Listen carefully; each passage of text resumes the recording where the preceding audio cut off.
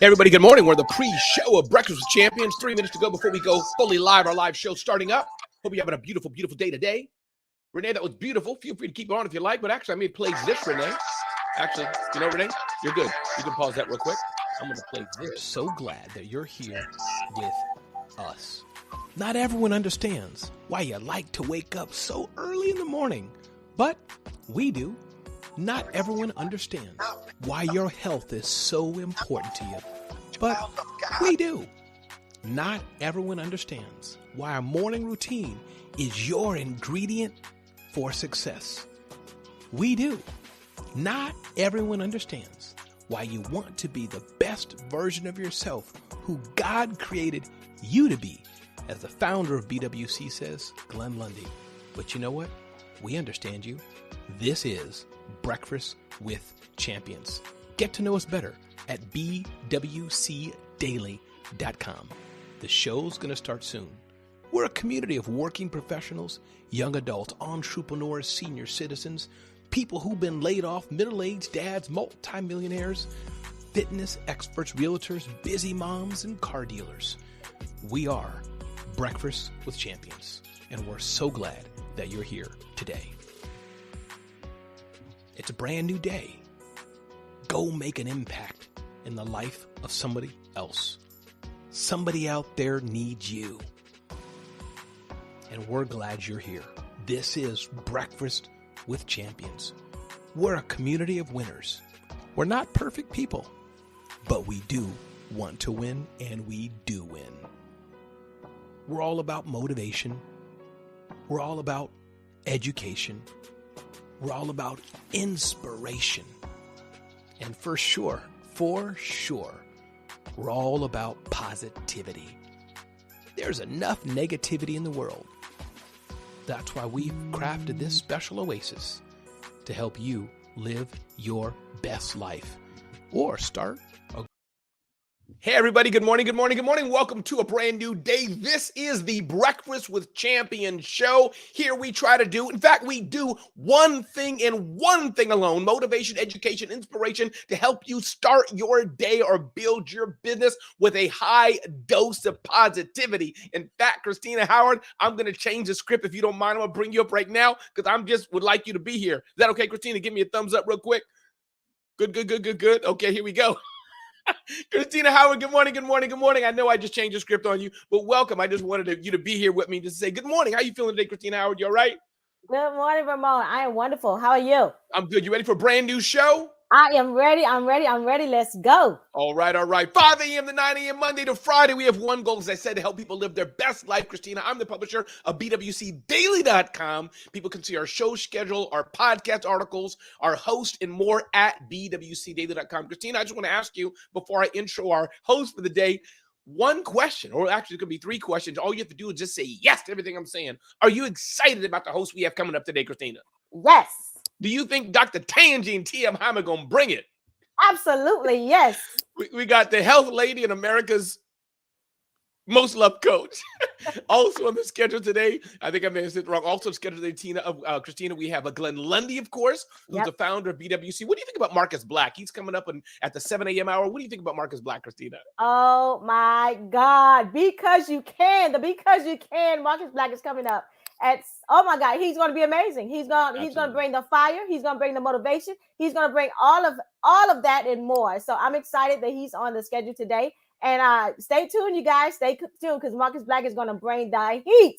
He's going to bring it. And then we round out our live program today, Christina, with Susie Miller, who always brings her amazingness on scaling and sales. And then going back to Twitter Spaces today, we have two special guests who are special hosts. I'll leave their names off for the moment as we confirm them being here, but they'll be on Twitter Spaces. So with that, Christina, thanks for joining me. Again, good morning, everybody. Welcome to Breakfast with the Champions, live streaming at bwcdaily.com. My name is Ramon Ray, publisher of BWC Daily. We're live streaming on Clubhouse. And good morning to our Clubhouse audience as well. I'll let Dr. Tanjie and TM take care of them. And we're live streaming on Twitter Spaces. TM and Dr. Tanjie, all good to go? I think so. All right, here we go. And welcome, Dr. Tanjie and TM. Me and Christina are going to tuck ourselves out the way, but it's good seeing our two morning hosts, Dr. Tanjie and TM Hyman. The mic is all yours. Dr. Tanjie, you look really spiffy this morning, my friend. High five to you. High five. Whoa. Which way we going? Let's go to it's this way. Doc. Yes. The virtual high five going on. Listen, you look hey, too. I like that hat. I like that hat. This is Breakfast with Champions, the Millionaire Breakfast Club, and we are not just speaking the clubhouse, baby. We are all over the world right now. Hello, Twitter. Hello, Facebook. Hello, YouTube. The CEO of Stylish and Fit. And listen, I'm America's favorite mentor. My pillars, my core values, faith, business, and leadership. Today's topic is Talk About It Tuesday. And Doc, we normally shout folks out on Clubhouse because that's our main. That's we've been hanging out for a long time. Can someone actually change that link to elitethinkers.club? Not coach with TM. But can you do elite? Yes, we can. Of course we can. Yes, TM, we can do that. Yes. Good morning, Dr. Jeannie and Tori and Peter. We see you. Good morning, Kimberly and William. And that from the CDC and Jean and Nathaniel and Mindy. Good morning, Jackie. We saw that comment come through.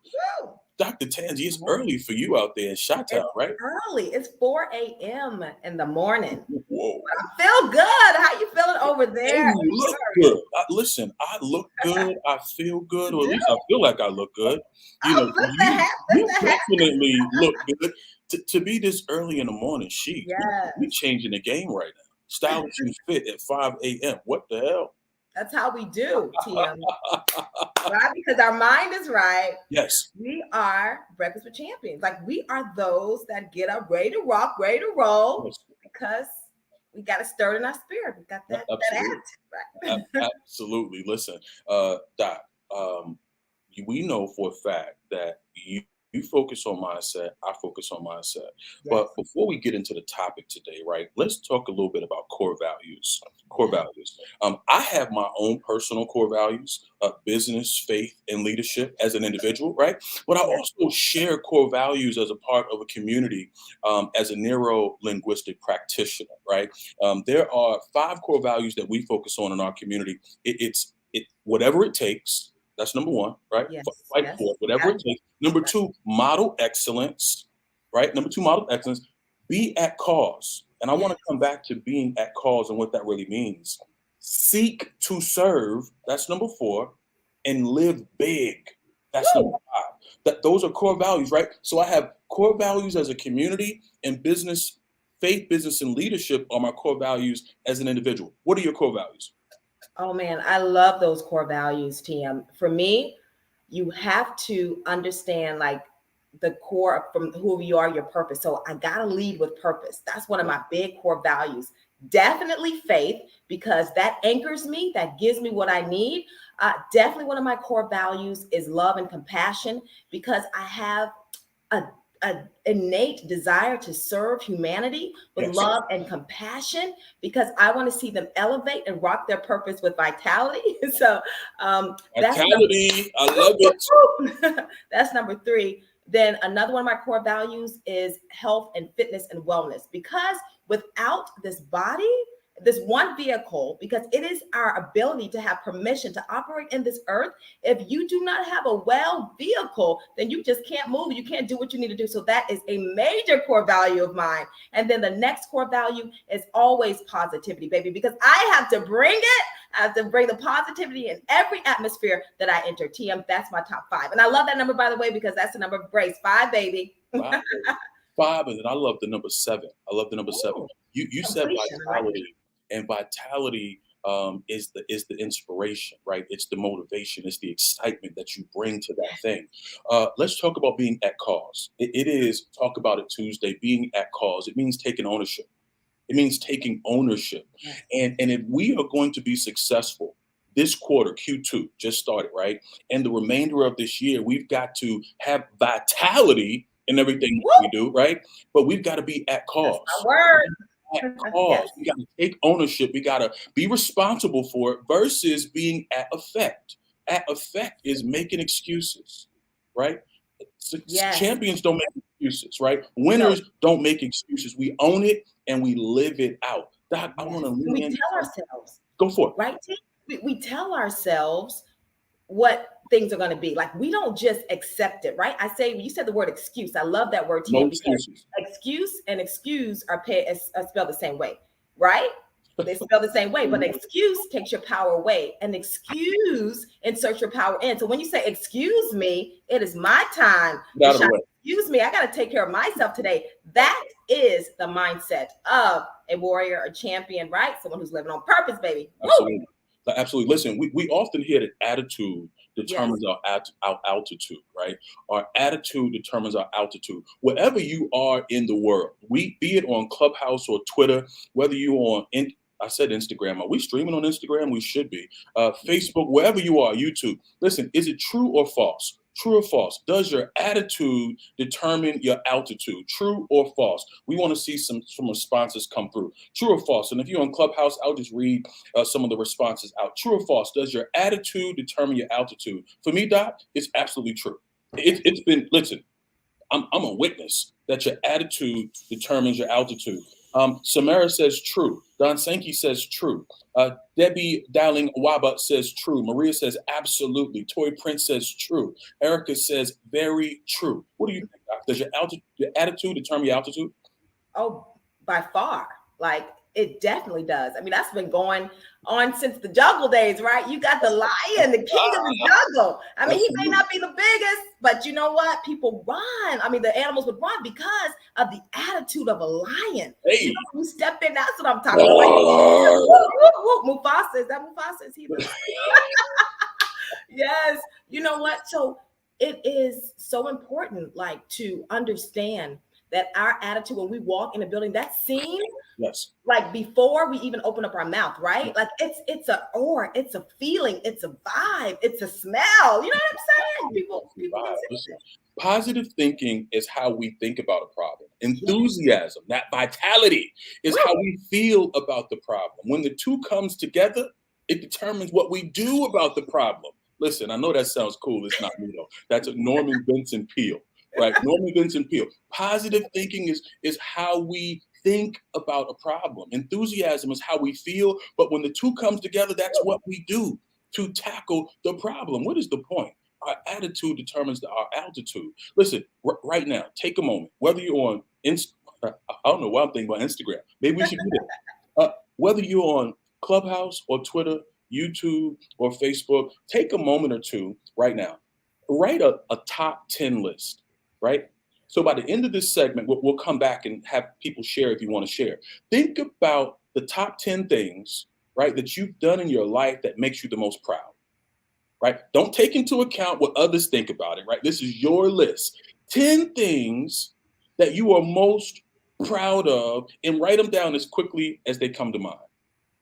Write them down quickly as they come to mind. Doc, let's get into this whole conversation. Let's flow. I love it. I believe your attitude determines your decision-making process, right? Your attitude is like the lens through which you view the world, right? I mean, and it determines how you react to situations and influence situations, right? And so the way you think, your attitude, positive, negative, or indifferent, it impacts your decision-making process. What do you think? Absolutely. I mean, your outlook on things is your ultimate reality. And it actually pushes you towards the greatness, right? Or it's going to pull you away. You're going to see the little specks of negativity. There are some people who can look at a beautiful and gorgeous building and see every little speck of things and begin to point it out. And there's some people who can see the architecture. You ever go to those buildings, you're like, wow, this thing has character. It's amazing. I love architecture. I'm looking at things that people don't look at. I love it. That's right. The beauty, right, TM? Like, it's the beauty in every situation. When you can look and recognize that there's beauty, even in difficulty, you're on the way to mastering your own success. Absolutely. Listen, you have the power to choose every day. You know, your attitude is a choice. Do you know that? It is. You know that, right? Your attitude is a choice, right? Clubhouse, your attitude is your choice. Twitter, your attitude is a choice. You choose to be positive or negative. You choose to be optimistic or pessimistic. You choose. Doc, is it not a choice? It is a choice. Just like joy is a choice. right? Like you have a decision to make, and with every environment that you step into. I always tell my clients that when you're walking in vitality, then, and that is, it is an attitude, and you have a choice about that thing, right? Like you have a choice to put your shoulders up straight. You have a choice to make your eyes bright-eyed and bushy-tailed for the world so that you can see possibilities. There are some people who see possibilities and some people that see problems, right? Ooh. Are you a problem solver? Ooh. Are you a possibility revolver? Oh, did you hear that, T? Possibility revolver. Hey, we killing it at 5:14 in the morning. Possibilities, T. Listen, it's contagious, Doc. I believe that your attitude is contagious. Your attitude can have a significant impact even on the people around you. Listen, when I see people smile, like I have a friend, her name is Nakai. Nakai is in Los Angeles. When Nakai smiles, her smile lights me up. Yes. Like I cannot be smiling, but her smile makes me smile. But can't the same also be true? Like someone can have an attitude, you can come in very positive, but their attitude can give you an attitude. Attitudes can be contagious. You know, this happened to me yesterday, TM, but it can be contagious, but you don't have to let it catch you. Like you don't have to catch it, right? Like you don't have to catch the stink. That's what I call it, the stink, right? You know how many people have like stink face or whatever, and they're looking at you with stink face, like I'm or the resting B face, the resting B face. Yes, you get that, but I will address it and I'll say, hey, how are you? Is everything good in your world? Like I'll attack, like I'm letting them know, like I see you, but I'm not gonna catch it. Like there are those that can catch it, but I'm not gonna catch it because I'm gonna stay in my positive lane, right? Like I'm not gonna get over in your lane because that's where the crashes happen, right? Yes. Like I'm gonna stay in this flow, this beautiful flow of positivity because we just cannot allow other people to make us catch what they have. Yes, we don't want it. We don't want it. We don't want it. Let somebody else catch it. We don't want it. Listen right now. This is Breakfast with Champions, the Millionaire Breakfast Club, bwcdaily.com, and we are live, baby, all over the world. Who wants to chime in? Whether you are on Clubhouse, Twitter, if you're on Facebook or YouTube, let's take some time to get some comments. Good morning. How are you feeling? Who wants to weigh in? Tell us your name and your comment. Come on. I know people are in the morning. They're just ready to rock. There's a little delay. I think we're live, so I think there's like I heard it was like a 10. It's me. Good morning. Okay, so first of all, loving the topic. Can I say you guys look amazing? You look great. The attitude thing, I love it. And for me, like TM said, when you walk into a room, and I always say your vibe is your tribe, right? So I purposely focus on having a high vibration so the people that are around me can have that same vibration. And if they don't, I just kind of tiptoe and leave. And I want to say thank you to both of you because I realize the people that I love the most, I give them that stank face and attitude sometimes. And I actually just text somebody and I said, I apologize for being so nasty to you because I think I put them so high up on a pedestal. I expect so much. So thank you for opening my eyes, realizing I can have a nasty attitude. I can be snappy because I expect everyone to know everything. So thank you so much for enlightening me this morning to do that. Well, absolutely. We also have a comment on Clubhouse. Tori Prince says, establishing boundaries, not being afraid to speak up for myself, being willing to stand alone on what I believe in, stepping out on my comfort zone intentionally, learning to drive an 18-wheeler. Whoa, that's stepping out the comfort zone. Pushing myself to do the things that I don't necessarily want to do. Go, Tori Prince, go. Love it. Yeah, absolutely. Absolutely. And go for that. I love TM how Stars was saying, she recognizes she has to check that thing, right? Because we do need to check it. You know what they say, check it at the door before you enter. And like you said, that vibe that you bring in, I always say we all have that vibe. The V is for your vitality. The I is for your intensity and what you rock your purpose. Your B is for your buoyancy. Your ability to bounce back from a difficult buoyancy.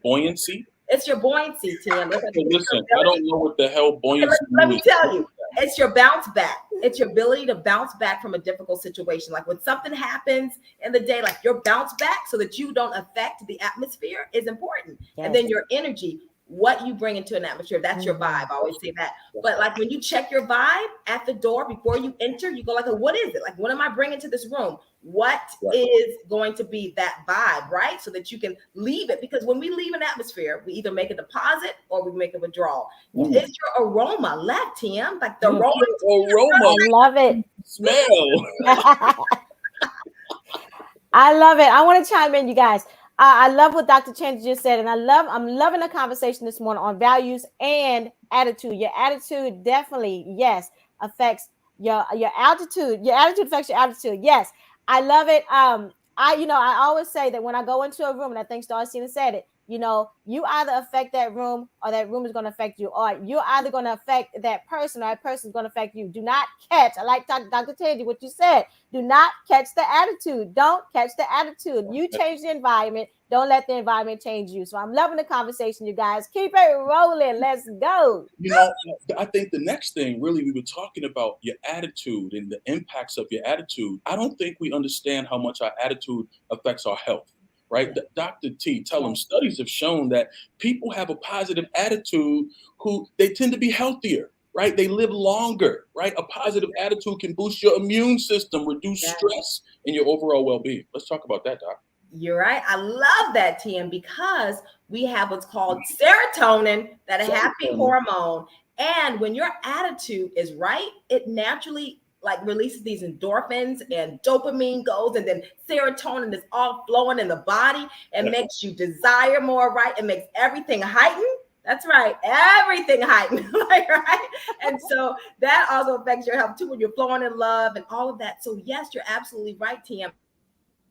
And what it does is it gives you a positive outlook on yourself and others. So you desire to continue to pour into yourself. You understand that every time you get on that fitness floor, it is a meeting in the boardroom, baby. You know what they say? It's a meeting in the bedroom. Well, it's a meeting in that room with yourself. Like when you understand you have that positive attitude, it's like you want to create more of that in your life. And you understand that working out and taking care of your body, eating well is going to help you live longer. And then you also have a positive outlook on others. So you see your friends, your family as a legacy. So you understand that taking care of your body, you're positive about it because you love others enough to take care of your body and yourself.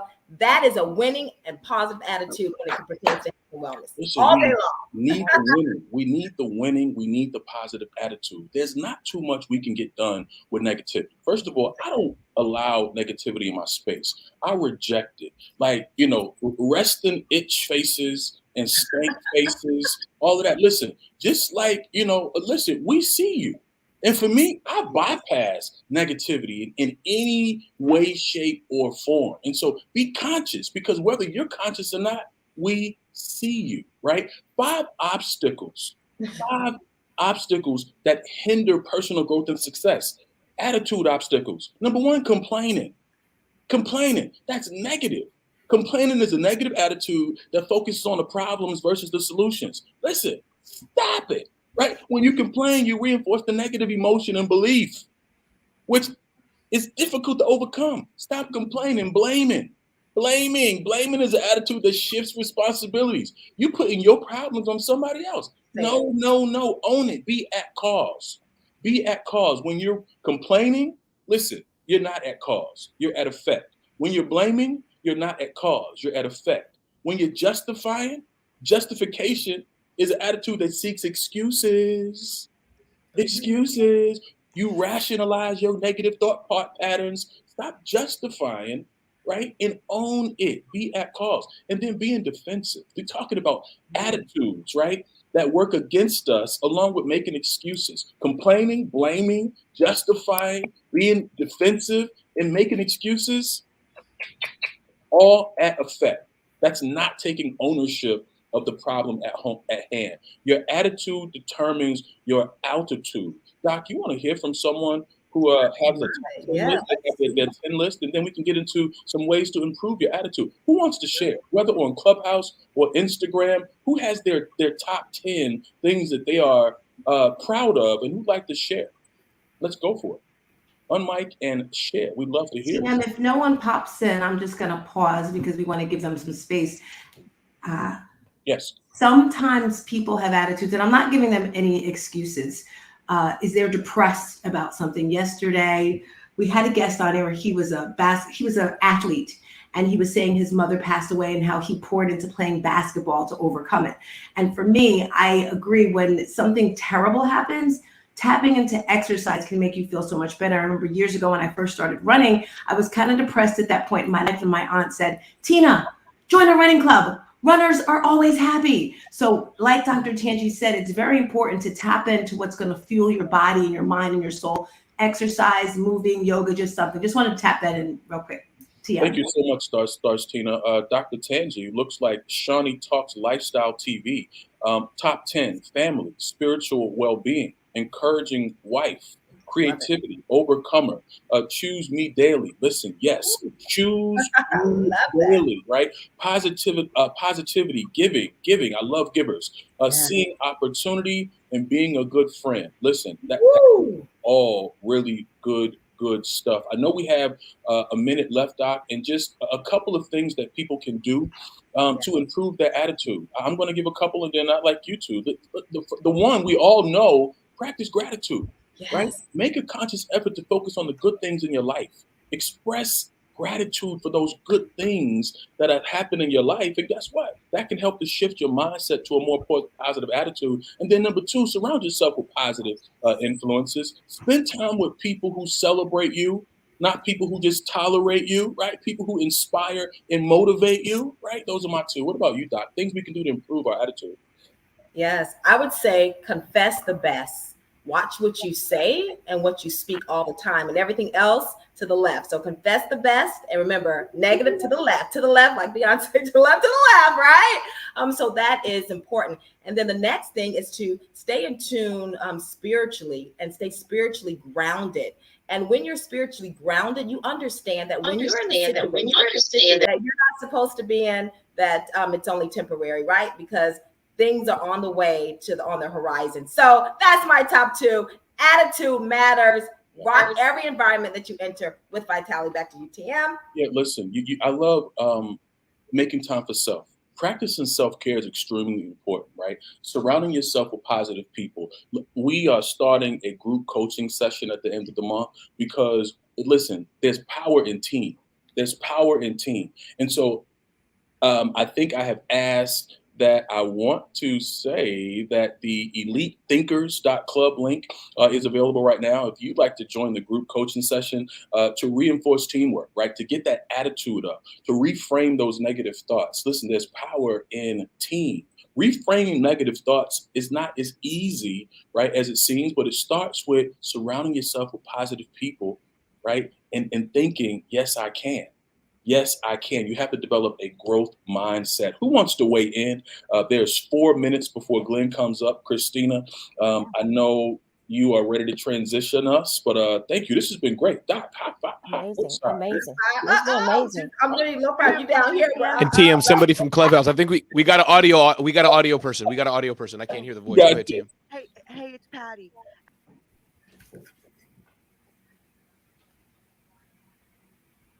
I heard someone talking. Was someone speaking? Patty. Hey, Patty. Good morning, Patty. I think she went away. Can y'all hear? No. I hear Patty fine on mine. Nobody can hear her on the StreamYard. Okay, cool. We'll fix it. Patty, keep talking. Let's get this done. Live fixing things. So we can hear it. Hey, Patty. Can you hear me, Patty? Patty, can you hear me? Keep talking, Patty. I just heard of Ramon. Patty, I always like the name Patty. Yeah. Let's see on the club. Anybody on the Clubhouse side? Can you hear me? Because I can hear you. Thank you so much. Good. So Dr. Jeannie can. Maybe it's Patty then. Patty, can you hear me one more time? We want to hear your voice. Yeah. Okay, good. 1, 2, 3. So 1 second, Christina, can you hear Patty now? Yes. Okay, guys, hold on 1 second. Production guys, listen. In the future, when Patty comes on, we got us to truck outside. We need you to raise the volume for that, so that the guys on the stream. Go ahead, Patty. It's all you. Okay.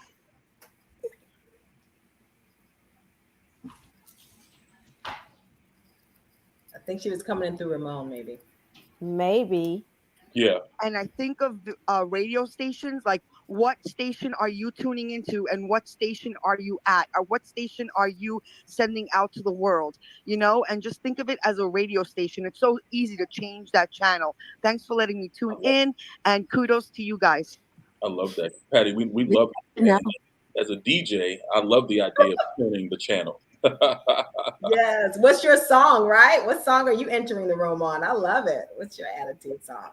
Thanks, Patty. That was great. This is Janelle. I'd like to share as well. Good morning, Janelle. Good morning. So thanks so much for this room. Great topic. And you guys are hilarious. So really great. I've enjoyed being here. So I'm going to share my top 10, and it's actually 11, but we're almost there. So I put taking care of my granddaddy, completing a half marathon, being a justice fighter, weight loss, resilience, relentless spirit, being in Ebony Magazine for top 20 high school seniors, my inclusive spirit, being empathetic, my determination and kindness. Awesome. Thank you so much for that share. For those who've actually listed the top 10, when I was thinking about that top 10 list, I would be almost willing to bet that your success came after you experienced a problem, some self-doubt, or a commitment to perseverance, right? And so as we are plowing forward, don't forget, like when change happens, you have to commit, but you got to be able to plow beyond that self-doubt, right? Keep a positive attitude. Love all of the shares with the top 10. And I think we're preparing for Glenn Lundy to come up now.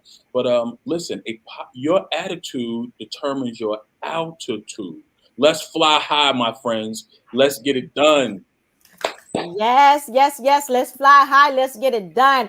Love the conversation on values. Love the conversation on attitude. Love the conversation on all things Dr. Tanjie and TM Hyman. If you all missed parts of this segment, go back and listen to the replay later on today. Ramon Ray, just chime on in. Next up, we have Glenn Lundy coming up, you guys, with hashtag Rise and Grind and the 800% Elite Auto. Glenn Lundy coming right up, you guys. Here we go. What up? There we go. Okay, here we go. Yo. Can you guys hear me over there on Twitter? We can hear you, Glenn. We can hear you. We are here. That always reminds me of the Horton Hears a Who. Every time we do that, Horton Hears Who. All right, welcome. Glad you're here. Got a super special episode of hashtag Rise and Grind today. I woke up this morning. I was doing my little prep stuff, and I was like, you know what? This is going to be the best episode ever in the history of hashtag Rise and Grind. And that's saying a lot because we've had a lot of amazing episodes. So I hope you guys are ready. Going live on Facebook, going live on YouTube, and we're already live here in Twitter Spaces. I'm going to turn that sucker down, and let's go. All right. 1, 2, 3. Oh, boy, folks. We got a big one for you today. Look. Right up here. This is going to be absolutely amazing. Look, we're going to talk about atomic habits a little bit today. Just a little tiny bit.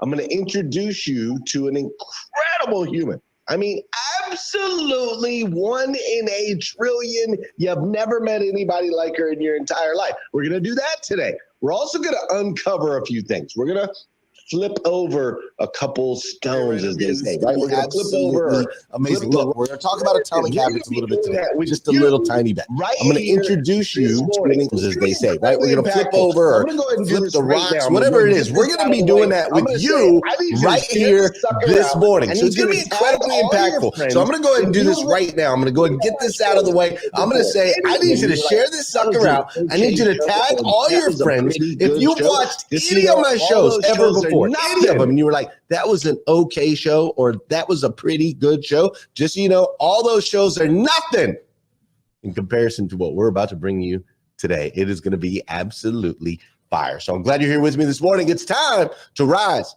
and grind. Good morning and welcome to hashtag Rise and Grind, the #1 morning show in the world filled with motivation, education, and inspiration. I am your host, Glenn Lundy, husband to 1, father to 8, and the founder of the 800% Club, the club designed to help you unlock your full potential. Each episode is filled with celebrity interviews, inspiring conversations, and the strategies you need to get ahead in your career and your life. So grab your pen and turn up the volume because it's time to rise and grind. Hey, good morning, good morning, good morning. How are you, my friend? How are you, my friend? Dude, today is Tuesday. That's right, Taco Tuesday, April 11, 2023. And what's crazy is today is the very first and the very last time it'll ever be, ever be April 11, 2023. So I want to make sure we make the absolute most. And I do mean the absolute most of this absolutely incredible day. Hey, today is a special episode of #Rise and Grind. I've done hundreds of interviews and met thousands of people over the last 5 years of this show. But today's guest is a rare and unique treat. That's right. You see, this week we've been talking about starting to dive into this book called Atomic Habits, right? Teeny tiny micro decisions made daily that add up to a massive result. Well, my guest today has turned her teeny tiny micro decisions into millions of followers, millions of dollars generated, actually billions for companies all around the world. But most importantly, millions of people have been impacted by the teeny tiny decisions that she's made in her life every single day. So I'm super excited to bring her to you in just a minute here. She is so unique. She is so incredibly passionate. And on top of all that, she has a new book launching today, which I'm excited to introduce you to. But before I introduce you to the great Kim Walsh-Phillips, as you can see back here. Before I introduce you to her, you know what we got to do on the show. You know we got to do some dancing. Come on now. You know we got to do some dancing. We got to get these bodies in motion. Listen, an object in motion tends to stay in motion. An object at rest tends to stay at rest. I need you to get moving this morning. Fair enough? Come on now. You can hear that? There we go. Let's go. Those of you over on Facebook, I can already tell. Facebook's messing with us this morning. We can't have that. All right? So I need you to tag all your friends, those that you know are typically here, those that aren't. Give them a tag. Hit that share button. YouTube, share it out. Twitter, tweet this out into the Twitter spaces, whatever it is that you do over there. Tweet this out. This is the time for that. This is also a time where I want to say good morning to you, and I want you to say good morning to me. Whether you're watching this show live or you're watching on replay, say what's up. I'll say what's up back. Young Johnson, how you doing this morning? Debbie Daliwaba is in the building. Natasha Smith's in here. I wonder if Kim Walsh-Phillips is dancing in the green room right now. I'm going to check. I wonder if she's dancing back there. Let's see. Oh, yeah. Kim Walsh-Phillips is in the building. She's dancing back there in the green room as well. We've got the Global Women Wealth Warriors up in here. Nathaniel Banks is in the building. What's up, Sean Weatherby? Great to see you. I see Marilyn Wilkin. I see Ramon Ray is in the building. Sarah Holland from across the pond. Sarah, we got to connect. We got to make that happen. We got to do it today. Vicki Everett is in the building. Jeff Moffitt, my guy Scott Simon's daughter Maria. I see Christina. I see Sankey. I see Patricia and Arpit. I see my guy John Paul Gidre. He says, giddy up. It's time to go. Great to see you, John Paul. I see Ricardo's in the building. Allison's in the building. Mignon is in the building. Andrew's in the building. Sheila is up in here as well. Michael Barrett, I'm so glad you're here. Charisma Jules, thanks for joining us right here on #Rise and Grind. Russell Hill is in the building. Valerie Oakley. Okay, now I see it. Facebook's letting the stream out now. I see you guys pouring in here. There you are. I was wondering what the heck was going on. I'm so glad you're here with me this morning. Hey, I love hanging out virtually with people. It's amazing. But I also like hanging out in person. This week, Dallas, Texas, the Champions Business Conference, April 13th and 14th. That's Thursday and Friday. You still got time. Grab a ticket, Becky Buckholtz. Meet us over there in Dallas. It's going to be absolutely amazing. I'm going to be there. Ramon's going to be there. My guy Trevor's going to be there. Hi, Liza Borges. Great to see you this morning. We're going to have an amazing time in Dallas. So I want you there. If you can make it, it would be amazing. It'd be super cool. It's this week. You don't want to miss it because you're going to have all kinds of crazy FOMO. You know it's going to happen. So you might as well come join us. All right. Hey, also, quick little side note. If you're in the market for a new or used vehicle, our 800% Club, we now have a website, 800eliteauto.com. On that website right there, shop.800eliteauto.com, you can shop all of our 800% Club dealers all across the United States and Canada. No matter where you're at, you now have a friend in the car business. Okay, with all that out of the way, I'm ready to introduce you to the one and only, the amazing Kim Walsh Phillips. Before I do, though, check this out. 1 year of using Facebook marketing, we grew our email list to over 21,000 email addresses. 1 year of using Facebook, we grew our revenue 327%.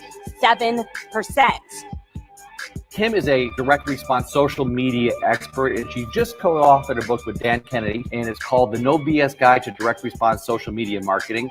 And Kim and her company is responsible for, check this out, over $1 billion generated online. What I'm going to show you is a Facebook campaign funnel that we set up that's passive income. I got to tell you, nobody really is looking for more information. What they're looking for is how it's going to make their life better. I don't have to spend any time doing it. It runs automatically. You're a mom. Absolutely. And you're thinking, okay, how can I make Facebook and all these other social media platforms work for me? 70% of all businesses on social media see no return on their investment. I thought the secret to my success was working harder and harder. Unfortunately, it was just getting me more and more broke. And when I had my daughter, I couldn't do that anymore. So if you are copying what other people are doing, you are most likely copying a campaign that isn't working. So don't do that anymore. Over the last couple years that we've been doing this, she has averaged a 500% return for our dollars that we spend on Facebook. I asked you to visualize what $3,000 a month more could do. What could you do with it? You were that person who was struggling. I was really struggling. I had to do something different. And I did that because I know what I'm sharing with you can bring you more than $3,000 a month. I want you to picture the outcome. For those of you who are working really, really hard and not getting the results that you need or that you deserve or that your family deserves, it's time to do something different. It's time to do something different. Miss Kim Walsh Phillips. Kim, where I come from, when I meet somebody like you, where I come from, here's what we say. We say, dude, you are straight gangster. Kim Walsh Phillips is a straight up gangster, dude. No doubt about it. Good morning. Welcome to the show. And that video was like the Wayback Machine. I think that was 10 years ago. And I was like, what? Like exciting. What was up with my hair? I was thinking all the things.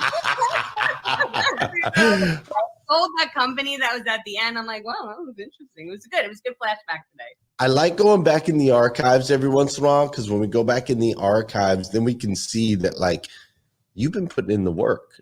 Yeah. Right? A lot of times people, they're like, oh, this is the flash in the pan. They're just here today, gone tomorrow. But that's not you. You've been putting in the work for a long time. Kim, you are, for really lack of a better word, you're a freaking gangster. That's the way I look at it. So where the heck do you come from? Like, who built this gangster Kim Walsh Phillips we got here with us this morning?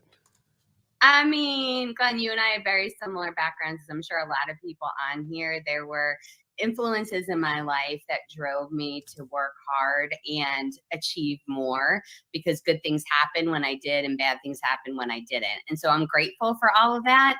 And it brought me to a place of wanting to serve. And that brought me to a place of working way too much all the time. So much so that when that first book that you just saw in that video was published, I ended up in the hospital for 2 months because I got such bad pneumonia from being so overworked. And I knew I needed a better way. So when I finally figured out how to stop working more but start making more, then that's when it became my mission. And I sold my first company so I could focus on sharing with other entrepreneurs how to do what I did. Stop working more and to start making more. Those are powerful words to come right out the gate. And so you talked about, you had a book earlier, you had a company earlier, you sold that company. You've got a book that's coming out today. And I want to dive right into that. And then you and I are going to take this on, we're going to go on a journey today for sure. But right out the gate, I want to learn more about the book. So you have a book launching today. Tell us about the book. I'm very excited for you. It is The Shift, how to scale your business and multiply your wealth without sacrificing you. And the whole concept around this book is that the wealthiest people in the world do not get paid by the hour. The wealthiest people in the world are accumulating wealth and impact while they sleep. How do you do that? How do you take your value and expand it in a way that allows you to earn revenue without having to put in physical labor? I didn't know any better. I saw the only way my parents brought in more capital, more cash, paid for a vacation was my dad to pick up side hustles. I grew up that way, as many of us did, but there is such a better way. In fact, if you want to 10x your income and impact, can you really 10x your hours? Could you 10x the hours worked? If the answer is no, or if you sometimes fantasize about getting into a car accident so you could have a break, as so many of the people do that I talk to, there is a different way that things can work. And I'm on a mission to show people it's not about burning yourself out. It's about creating massive value and impact. So in this book, I give you not just the stories around it, which are a lot of fun, and it's not even just the playbook of how to do it. I actually give you exercises so you take every single strategy to get it to the finish line. That is super, super strong. So if I want to pick up the book, I got to go where? Go to theshiftbookbonus.com, theshiftbookbonus.com. It's available on every retailer, but if you go there, you'll be able to not only get the book, but get over $3,000 worth of bonuses. And that great, the 10X followers program you went through, Glenn, we included it as a bonus with the book. So you get to have that program as well. Okay. All right. So here's what I'm gonna do this real quick. I normally don't do production stuff during because I'm not good at this. This is back of house happening in front of house. This is back of house happening in front of house. Okay. So do it for me one time. The shift book bonus .com. theshiftbookbonus.com. Just like that, right? Okay. Yep. So I'm gonna drop this. I'm going to scoot it over here real quick, and then I'm going to switch to this screen, and look, people are going to be able to see it just like that right there. The Shift Book Bonus. Oh, look at that. It looks great right there. Beautiful. The shiftbookbonus.com. I don't know about all that, but we are there. Okay, good. So that's where they can go, and I'll give you guys that site again later. I'm sure Dora Maria will drop it because she's amazing, and all of the things. So what you just shared right there, I think, is really important, and maybe people don't tap into it enough because I've learned that as well. Like, it's not we have to stop trading time for money, first of all, and those that are truly building wealth, it is not an exchange of time. Now, don't get me wrong, they work their tail off, right? Like they work their tail off, but it's very intentional work, purposeful work. Maybe that work is mental work. Maybe that work is physical work. Maybe that work is, it's not the work that we think when we think of working. But it's fascinating how once you start kind of making that shift, you're like, okay, I need to exchange value for money, not exchange time for money. And how can I increase my value? And how can I expand to where I'm able to do more with less is really how that works. It's pretty fascinating.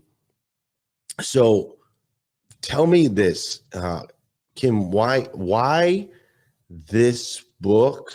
Why did you write this book? And like, why now?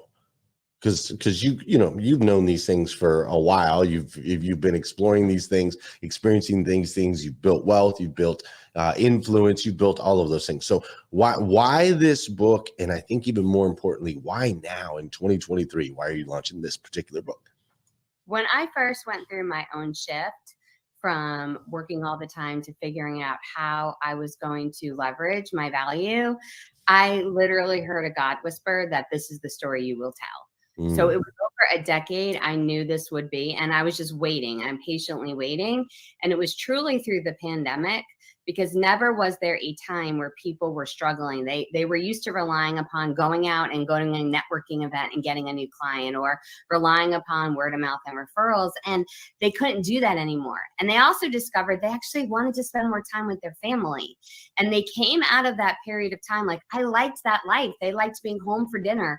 They liked being more present. And then the hustle, the movement, the pace started picking up again when we came back, and people started to struggle. In fact, a recent report came out that 92% of business owners say that they are overwhelmed and burned out.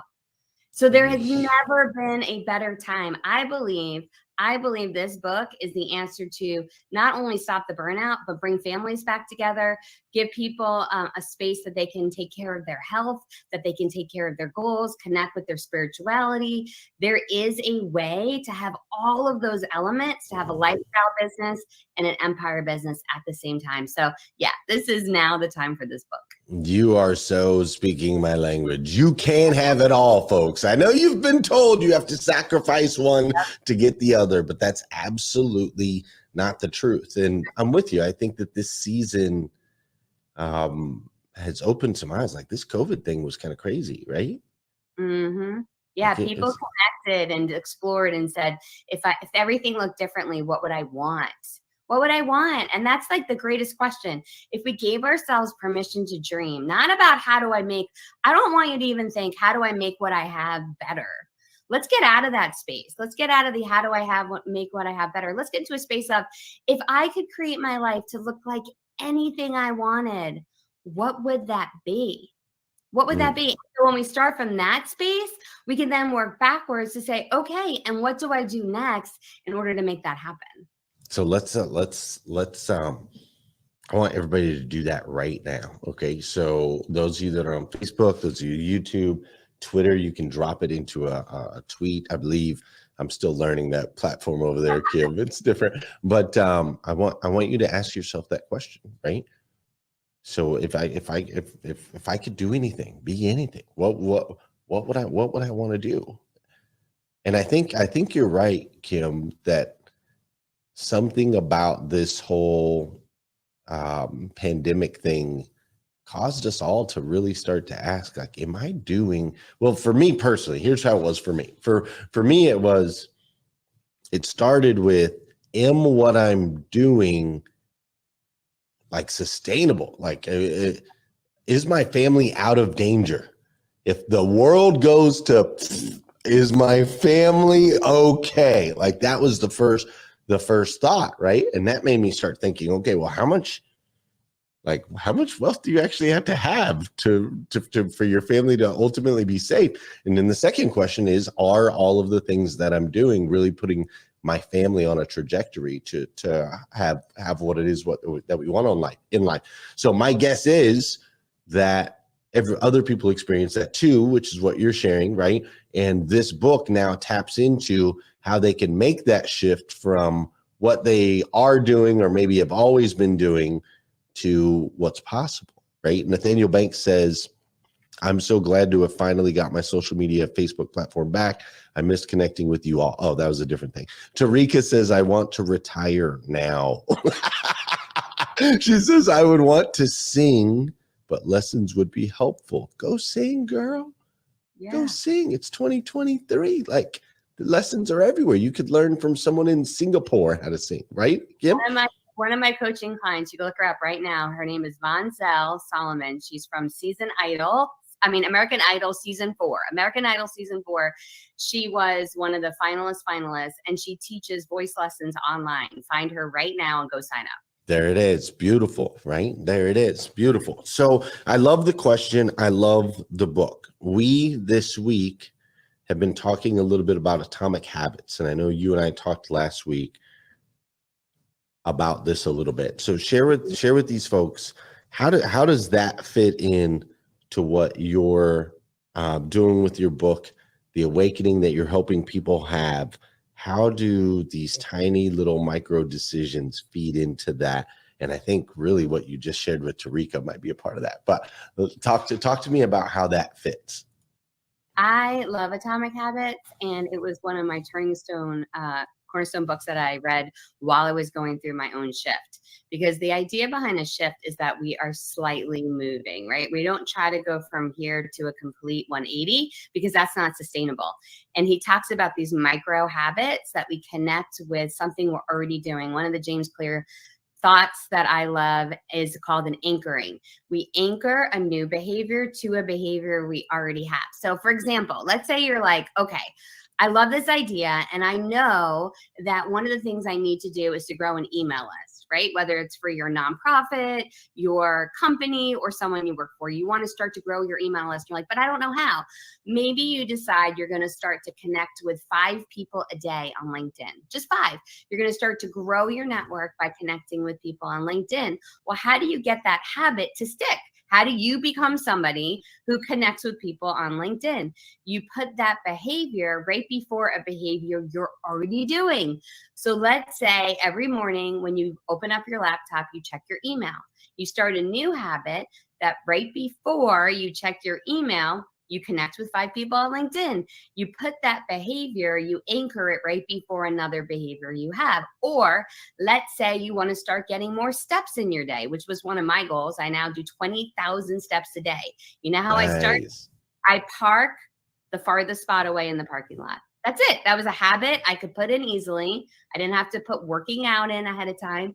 I could just park in the farthest away spot and walk that way. We take something we're already doing and we build our new goal into it so it becomes habit as well.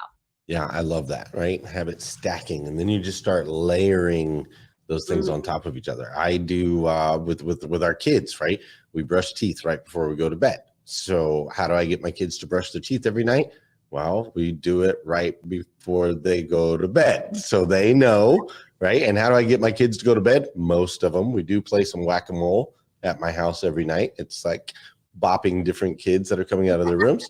But they know when we brush teeth, the next step is going to be that we do, as a family, we do gratitude. Everybody does gratitude. And then one thing that we love about a different kid, you know, each night. And then we go into going to bed. So it's stacking all those things together to be able to create those habits and create those results. Kim, some of this stuff sounds really easy, right? We just do a couple little things. We think outside the box. We stop trading time for money. All that sounds easy. It sounds freaking awesome. So what's the hard? What is the hard in this? What have you discovered is the hard in your journey? I have taken on this philosophy. I used to say, I'm so proud I could do hard things. That used to be like my motto. I can do hard things.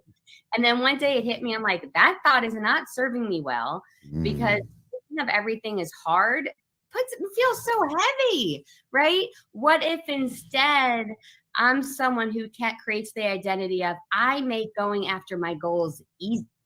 What if I did that? What if I started to think about how can I make all of my goals super easy? Now, that part I find really easy. I'm going to tell you the hard part for me, because I do have one part that's hard. It's believing, I'll get emotional when I say it, believing that I'm worthy of the work. That's the part that I struggle with the most, because I think that ingrained thought of I can do hard things, I can deal with hard situations, I can fight my way out of it, I can find a solution. A lot of my body, soul, and spirit felt like that's because that's what I deserve. That's who I was created to be.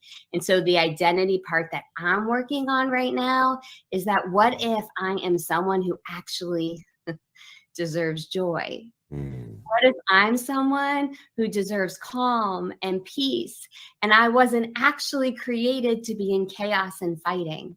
that's the deep work that I'm working on right now, that I believe on the other side of that helps me step into who I was actually created to be. Not someone who has to be looking out for the next fight, but instead someone who gets to sit in the joy that was given to me as a gift and look at the opportunities that exist on the other side. So as I accomplish my goals the easy way, I'm going to be doing the hard work on my mindset to really discover who I was created to be. What do you think is stimulated that in you? Recently, you and I shared some messages about kind of having our eyes opened and awakening and starting to see the world in a very unique way. And I think the reason this conversation is important is you've been successful for a long time.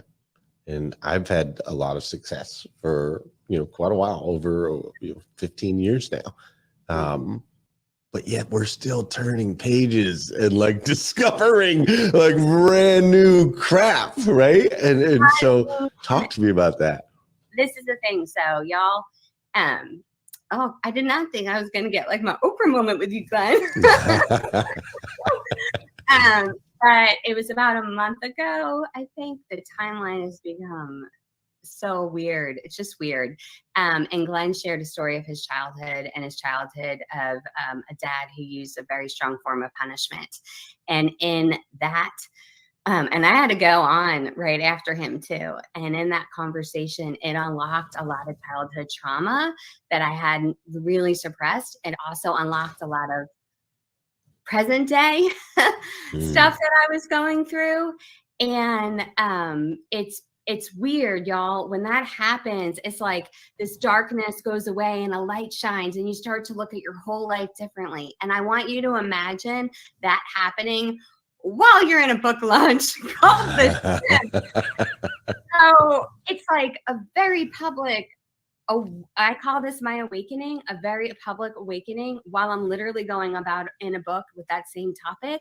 And I don't think that's an accident. And this whole discovery of, if those of us that fight for it, what if we weren't created to fight? What if we were created to sit in peace and calm and joy? What would it look like? The fact that I had that discovery a month ago because of your share, Glenn, shows me that that was a message that I needed to get before I went on this book launch tour. It's been insanity. Like, I've done so much deep work with, I hired a coach.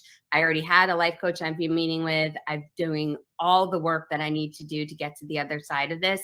It is not fun, but it is incredibly important. And it's something that I am willing to get to the other side on.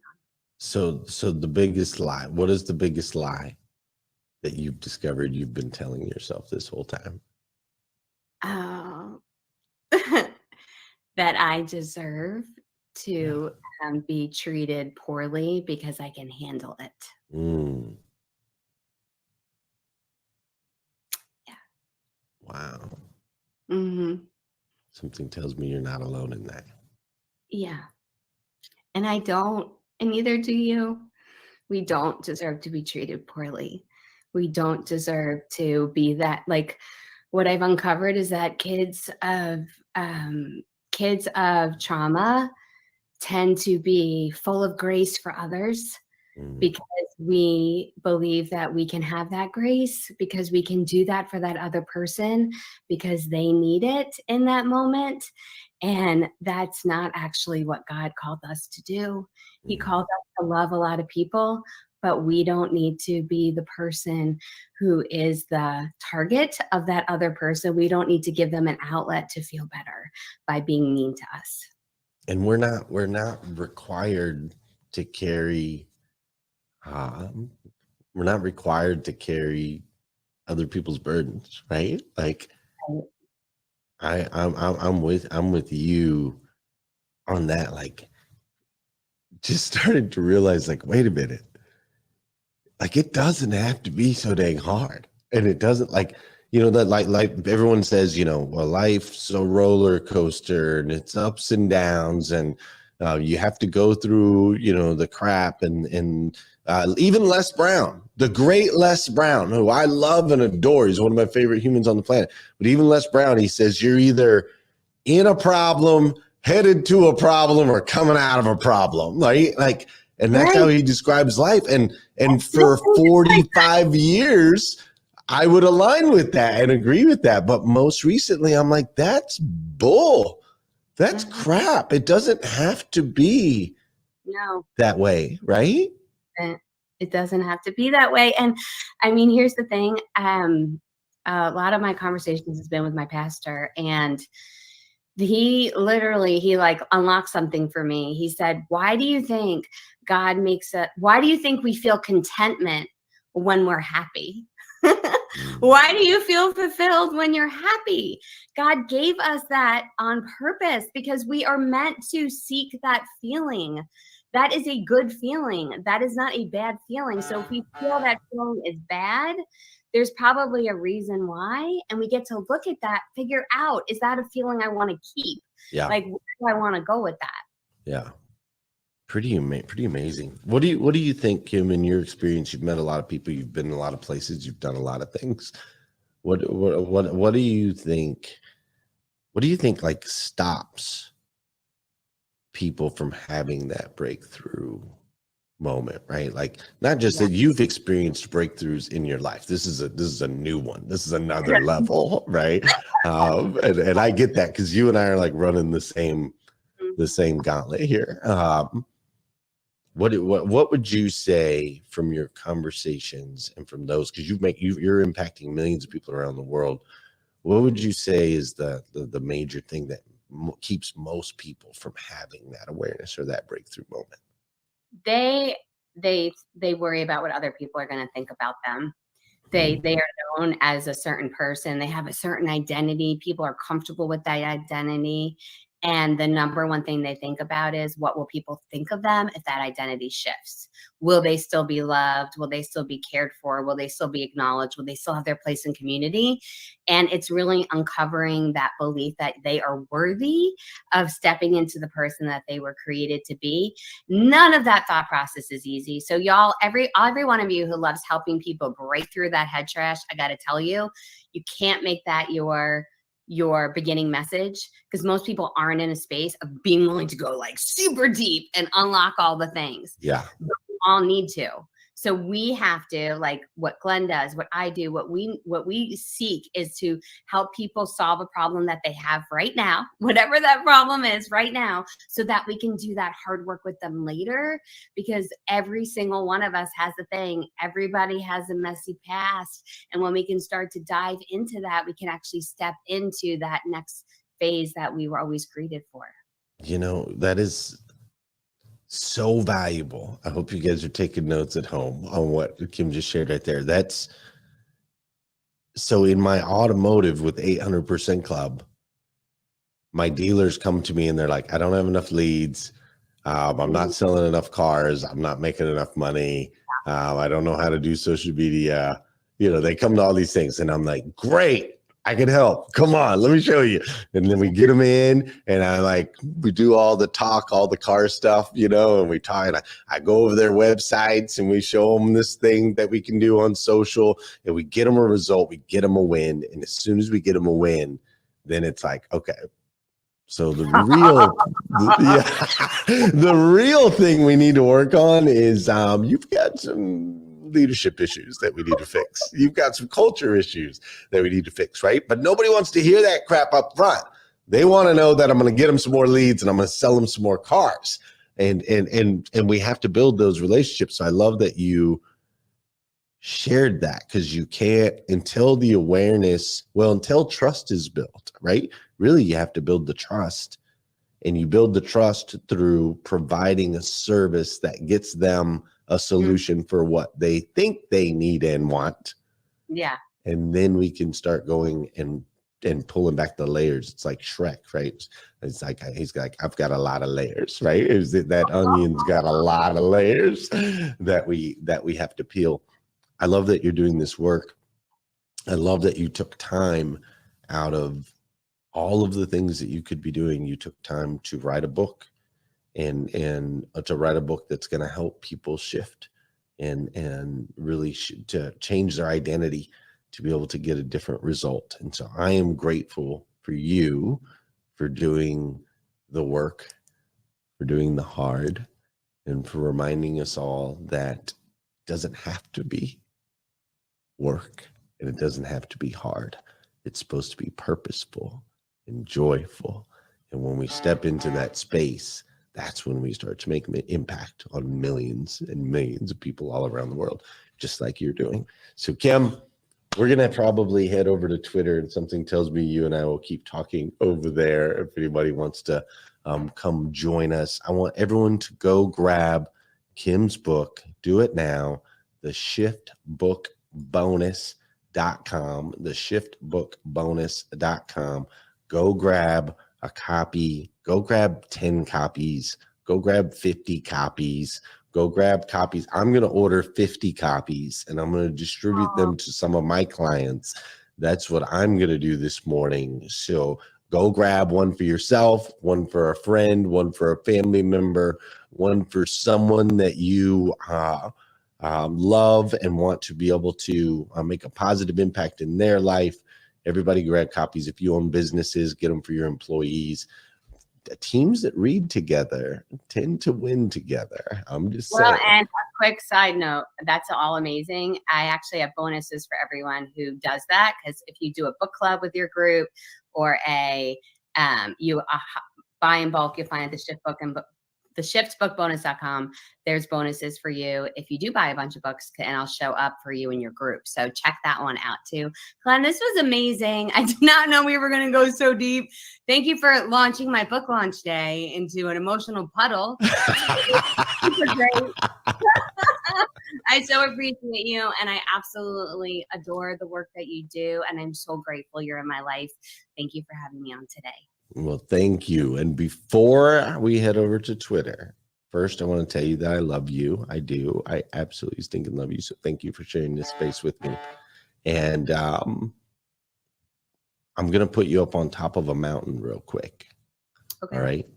So you're up on top of a mountain. Mm-hmm. You ever seen the movie iRobot? Mm-mm. Okay. So you're on top of a mountain, and all of civilization is at the base of the mountain. All of civilization, 7.9 billion people. All right. They're all there. You're on the top of a mountain.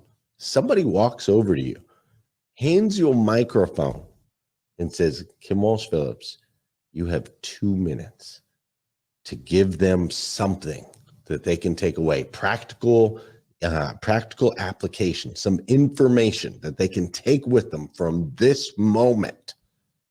What are you going to tell them? My sweet, beautiful friend, you are loved. You are here on purpose, and you were created to thrive.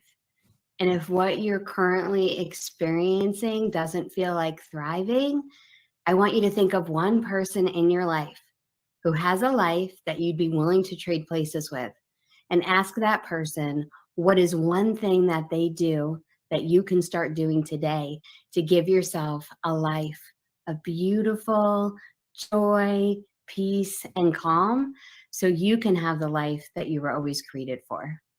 I love it. I love it. I love it. Joy, peace, and calm, not normally words associated with super high levels of success. And that's the key, is how we can have both. You can have joy, peace, and calm and super high levels of success. That was absolutely awesome. Kim Walsh-Phillips, I love you, sister. You are amazing. We're going to head over to Twitter Spaces. Ramon's texting me, StreamYard, all this stuff. I don't know, but we're going to keep this conversation rolling. For those of you that are watching on replay, make sure you go grab the book. Make sure you connect with Kim Walsh-Phillips, by the way. Make sure you do that. Follow her on all the socials, and I'll be back here at 5:30 a.m. tomorrow morning. We're going to do this all over again on #Rise and Grind. You guys have an incredible day. Thanks for joining us. See ya.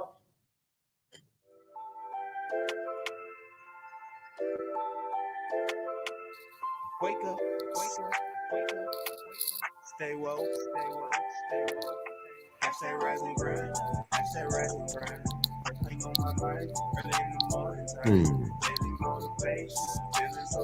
This is the part, Kim, where I wish I had like a. I wish I would have had like a. You probably emailed me one. I needed like a cover for your book. It needs to be like right here. Here, take your book. If you have your book, just take your book. Just hold it like right there, perfect. And like I'm gonna shift it over.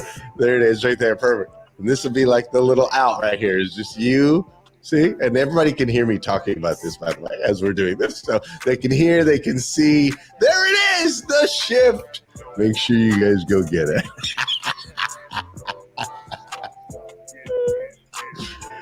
Oh my goodness.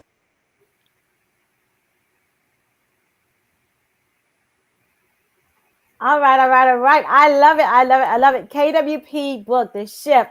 Glenn Lundy was amazing with that interview, and KWP. Now we have Mr. TM Hyman, Pastor Jeff, and Dr. Tanjie on with me. You guys, wasn't that an amazing interview? And what did you think about the book, The Shift? The shiftbookbonus.com is the website. Everybody go to it. Chime in. I want to know what you thought about the interview and what you think about what's coming out of that book, because I know it's going to be powerful.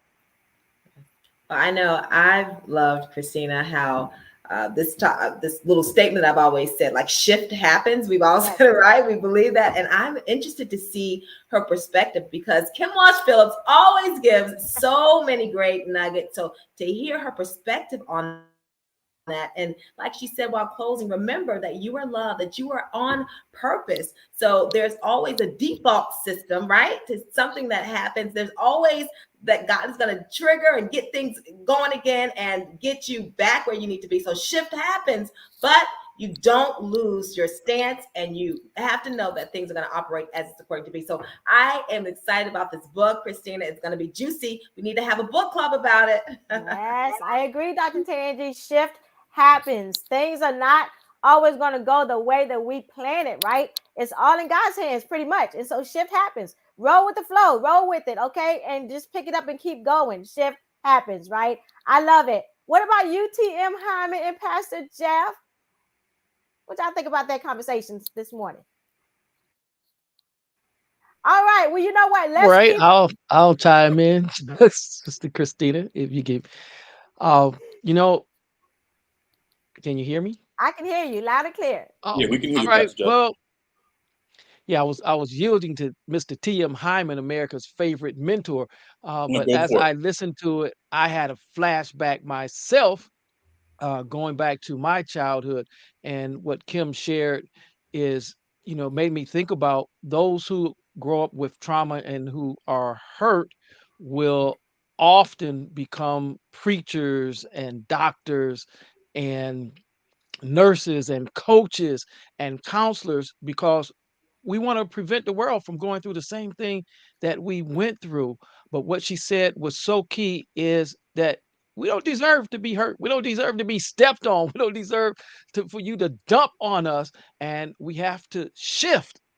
We have to shift, as they say sometimes in church. There's a shifting in the atmosphere.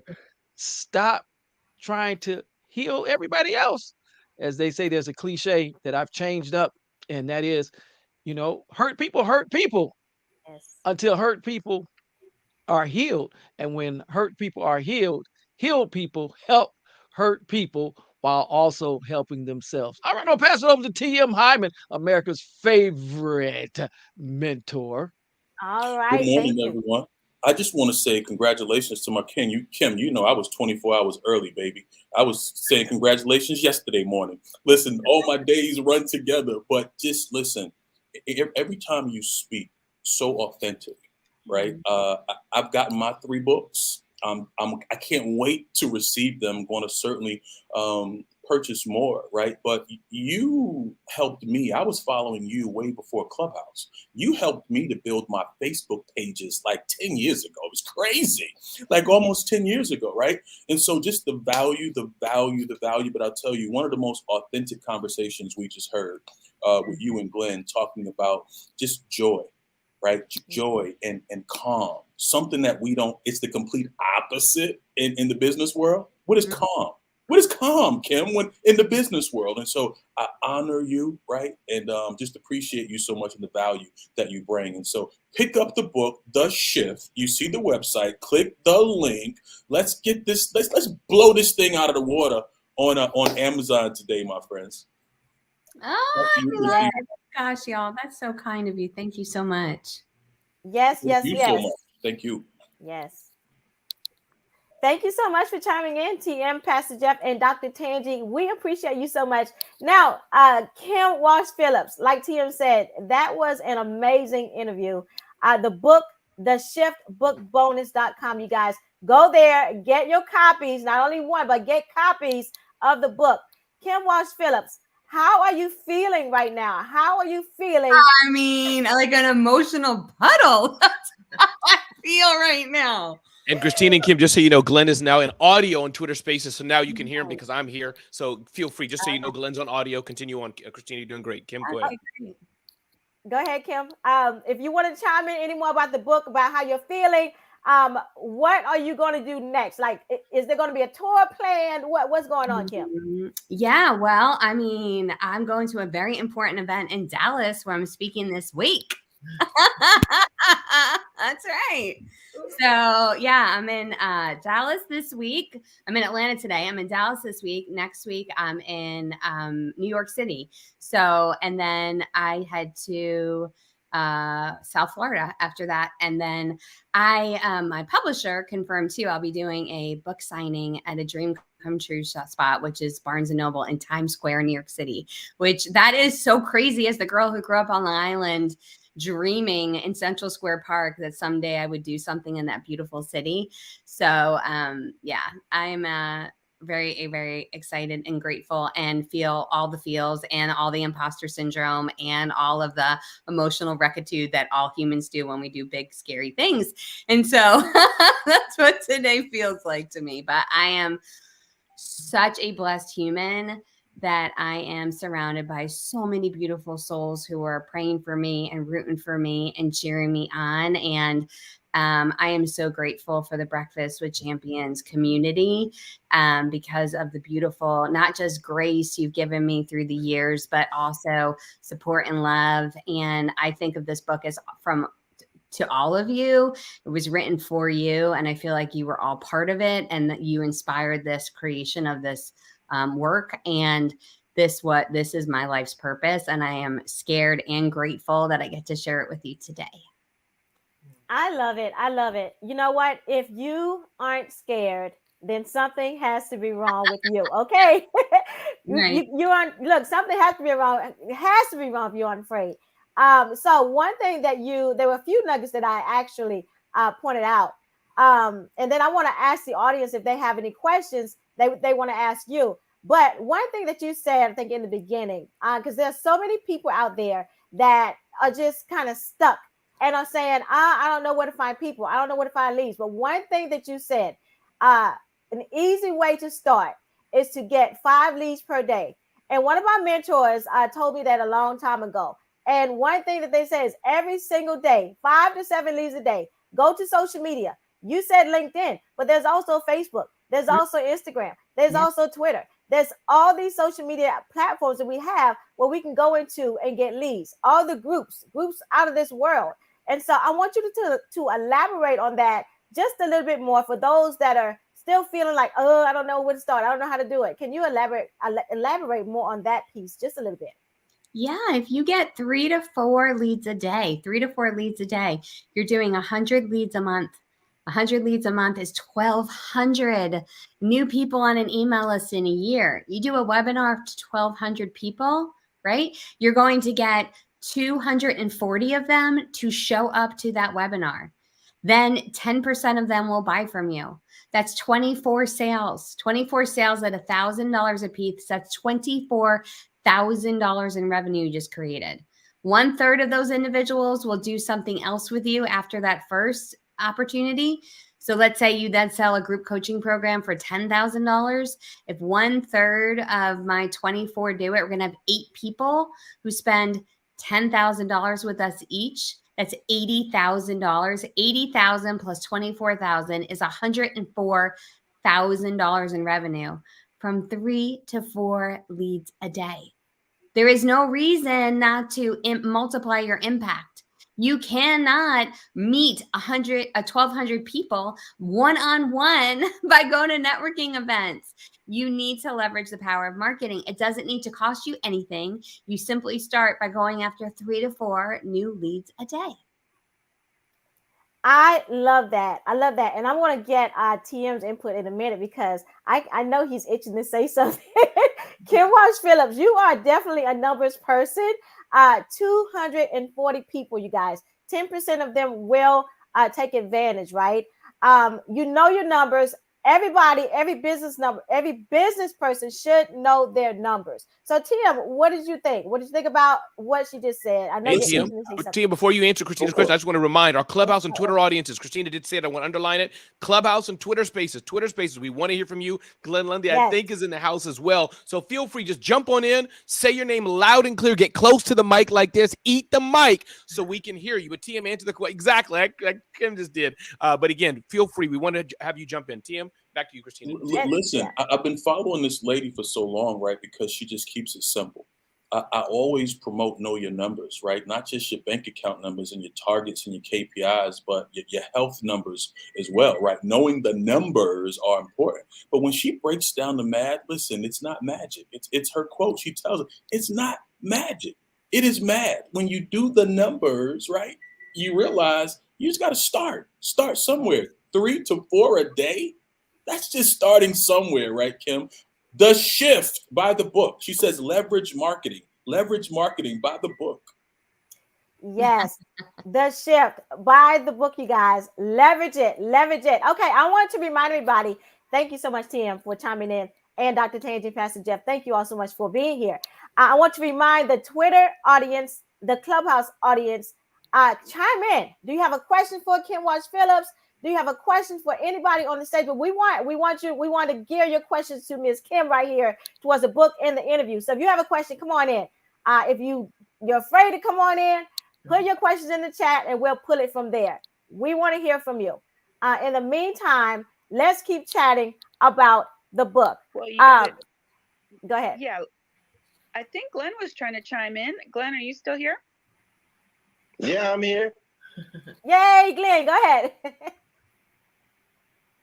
Yeah, I'm here. I'm trying to figure all things out. Actually, I'm on Amazon right now, ordering my books. That's what I'm doing right now. Glenn, I have a question. Since you had a bulk order, now are you doing what normal people did and you're on Amazon.com, or since you're a baller, did your crew drive up to Amazon warehouse and they're putting it in your truck? I assume you're at the Amazon warehouse with Bezos, yes? Yeah, so actually I've got a direct line. I've got a direct line. I just hit Bezos up real quick, told him to ship me 30. They won't let me order more than 30. So I'm gonna have to order 30 and then you do it in 2 separate orders. Yeah, I'm gonna have to do 30 and then I'm gonna do 20. So I'm ordering the 30 right now and just grateful for my time this morning with Kim Walsh Phillips, and obviously, it's wide open right now. So if anybody has any questions for Kim, this would be a great time, or any feedback from the show today, please unmic, state your name, and share with us what you got this morning. I'd love to hear from you. Thank you so much, Glenn. That's incredible. And thank you for that support. And yeah, I would love to. It doesn't even have to be a question. I know this can be intimidating too. I would love to hear a takeaway. Like, what was your takeaway from this morning? Well, Good morning. I just wanted to say, one, I am so super excited because I get the bonus. I've been like, working my 9-to-5 job, and you hold these classes. I'm like, I missed that one. Darn, I missed that one. And then it's the weekend and, all the things. But now there's the bonus. I can't wait to get that. And the big takeaway is that, you, Glenn, and I, and many, many, many others have had that similar upbringing. And we are strong. I can take it. God doesn't give you what you're not strong enough for. And I believe that, but that doesn't mean we have to be treated poorly just because we can take it. So Kudos to you for just diving in. And I think you're right. There is absolutely no mistake in this timing. I'm just so happy for you. I just adore you. So congratulations. Well, I adore you right back, Marilyn. Thank you so much for those beautiful, kind words. And I'm so glad you got the bonus too. Pew, pew, pew. Thanks. I don't know what bonus I'm getting, but I'm guessing I get some kind of bonus. You do. You do get a good one. It's a good one. It's a good one. Awesome. Kim, there's Glad you are the Maria had a bonus. question. Yeah, go ahead. Dora Maria. Okay, so she said, how do we read this book? Is it a working plan where we can skip around? There it is. I would recommend that you don't skip around because it does go in sequential order of the process to accomplish all the things that I detail in the book. I give you over 100 lead generation strategies that you can implement. I give you every one of my webinar slides as well as the script for my webinar. You get the exact email copy and paste scripts that you can use on LinkedIn to connect with people. I tell you exactly what questions to ask on a sales call, how to start getting 10x higher fees for your pricing. All of those strategies are inside there, and it is in a step-by-step process that you can follow. And then anything that isn't in step-by-step, you get all of those things in the bonus that comes along with the book. And then if you get 3 copies of the book, I also give you the marketing campaigns done. So you get those as well included. So we gave a lot of incentives for people who do more than one book purchase today as well. So if you've already bought a copy, you can get more and get even more bonuses by going to theshiftbookbonus.com today. It said, congratulations, you've got your shift together. That's right. It's a fun. I love it. I love a good pun. Get your shift together. Yes, today's the day to get your shift together. Mm-hmm. My books are ordered. They are on their way. They will be here Thursday. Let's go. And Christina, just so you know, I think there could have been, and Dora Maria said she's buying 3 more because Glenn ordered 30. She's going to buy 33. They're in a competition. Now I'm just paraphrasing. But listen, I may have heard somebody from the audio. If it was you, speak up loud and clear. And again, if it wasn't you, no problem. I just want to give a little bit we have about 1 minute to go before we transition. Was anybody else trying to chime in? Quick, give you 3 seconds. This is Jeannie Snyder. Jeannie Snyder, the mic's yours. Go. I just want to thank Glenn and Kim for the powerful, powerful segment today. And I think what stuck with me was the micro shifts that you mentioned. Nice. Kim, I think doing those small little steps, and I'm a bonus and book girl too. So I just want to thank you and Glenn both today. I'll pass the mic. Well, thank you so much. You sound like a good Southern lady who believes in the path forward, and I love it. And I'm so glad that you got that bonus today. I'm an athlete. Hey, Kim, I just noticed something on your website. It says the #1 direct response social media marketer in the world, fueled by faith, love, laughter, and lots and lots and lots of coffee. And it's making me laugh because yesterday I was on a call with Heather Parody. You guys see Heather; she's here in Twitter Spaces right now.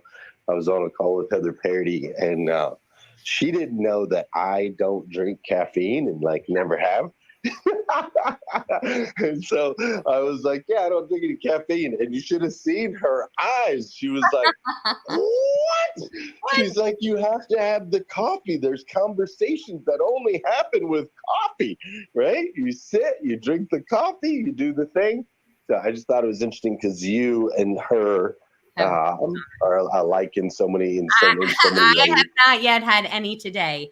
So I've been awake for more than 2 hours with no caffeine. That in itself is a God miracle right there. But I have not fallen asleep while talking to you on air. That was exactly it. Yeah, no, it is amazing. And I know, I've gone through the cleanses and you get off the caffeine, but I'm like, okay, when is this over? When can we go back? I don't have any desire to quit. I'm not going to lie. Tito's. Yeah, no, it's not. I didn't quit caffeine, or it's not like a cleanse thing. I just never. I never drank it. I've never drank caffeine my whole life. It was a natural thing. But I just thought, I like how you put faith, love, laughter, and lots and lots and lots of coffee. And Glenn and Kim, so we can practice timeliness. Christina, I'm going to turn it back to you to close us out. Any last words you want to say to Kim? Then we're going to transition. And Kim, by a thumbs up or thumbs down, you still want to join the rundown with Ramon? Or you, good. So I'm going to, when Christina does this, I'm going to bring everybody off a minute. I'm going to reset the room. Anybody who wants to freshen up, get a little break, whatever it is. And then I'll give you some verbal cues, Kim, and join me back in about 4 or 5 after the half an hour. That was way complicated, but you get what I'm trying to say in a few minutes.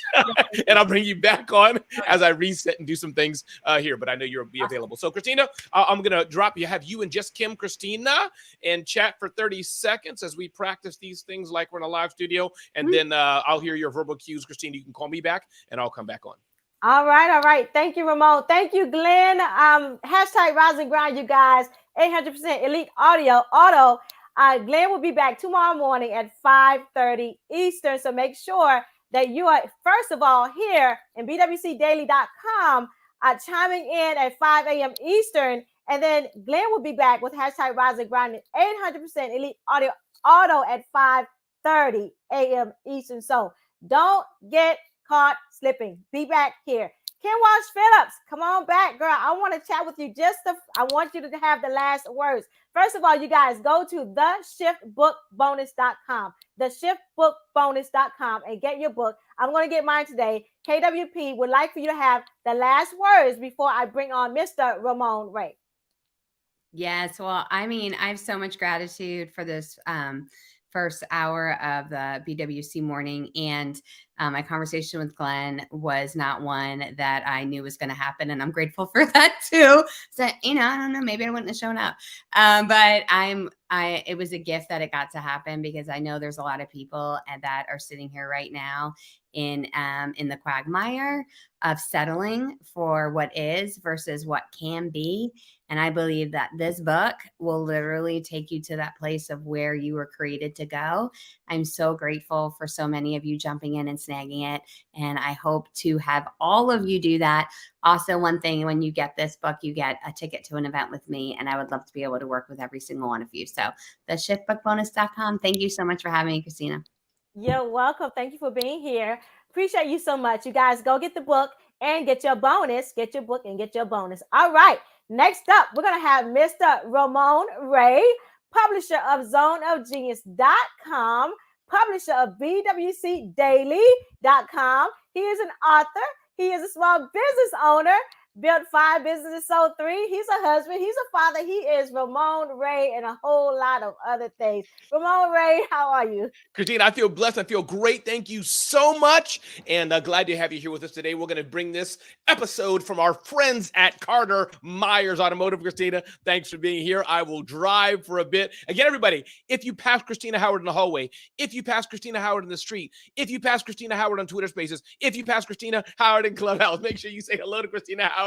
She's joining me here as a day host today. We're going to bring back Kim Walsh Phillips in just a few minutes as we transition to the rundown with Ramon from 6:30 to 7. We got some other Marcus and Susie Miller and others, which Christina will talk to us about in a minute as she comes back in around the 7 a.m. Eastern Standard Time hour. But if you're watching this even on demand, we are so glad you're here. This is the Breakfast with Champions show. My name is Ramon Ray, and this is brought to you by our friends at CMA.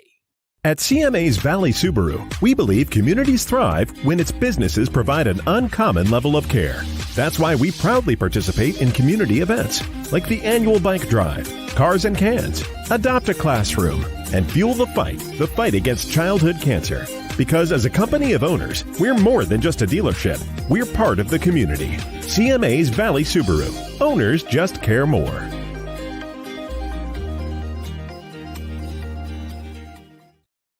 So again, welcome back. This is the Rundown with Ramon. We are live on Breakfast with Champions. We just had an amazing last few minutes live on the Breakfast with Champions show with Dr. Tanjie and TM Hyman talking about all the amazing things. We just heard an amazing introspective interview with Kim Walsh Phillips, the math, not magic lady who has inspired and helped millions and millions of business owners over her career in a variety of ways with, of course, the founder of BWC, Glenn Lundy. My name is Ramon Ray, carrying us on this segment of Breakfast with Champions, the Rundown with Ramon. We'll have a special segment. We'll have Kim Walsh Phillips join us in about a minute or two or three, give or take. And what I want to do with Kim Walsh Phillips, so listen here on the Twitter Spaces side, listen here on the Clubhouse side. I want to see if we can do a fast round robin live clinic with Kim Walsh Phillips, where you have a specific question for Kim about your business. Kim, here's what I do. I'm stuck here. If our host want to join in and have a specific question, if it's Dr. Tanjie, give me a thumbs up. If it's Pastor Jeff, give me a thumbs up. TM, when he comes back, give me a thumbs up. We'll bring you all as well. But I definitely want to hear from our Twitter Spaces audience, and glad you all are here as we get ready to go to the Rundown with Ramon. Dr. Jeannie Snyder, thanks for being here. Dr. Jeannie says, this show is so exciting and content rich. Well, we thank you for being here. Love it, love it, love it. And Shoni says, fruit is what you need this early. Shoni, I hate to do this to you. I hate to do this to you. I really respect what you just said, and I like eating fruit. But let me tell you, there is just nothing better. As I think about my mama and my daddy and the life I lived, as I think about what I've gone through in life, Shoni, I don't even know how to express this to you, because I believe what you're saying. But just nothing. When you take the Keurig cup and you open the machine and you pop it in there, and you know what I'm saying, Dr. Tanjie? I can see you in the back. You know what I'm saying? And you hear it goes click, and you hit the little button, boop, and you hear it go warm up the water, and you put your red cup under the machine, and it goes, and you just do that after you.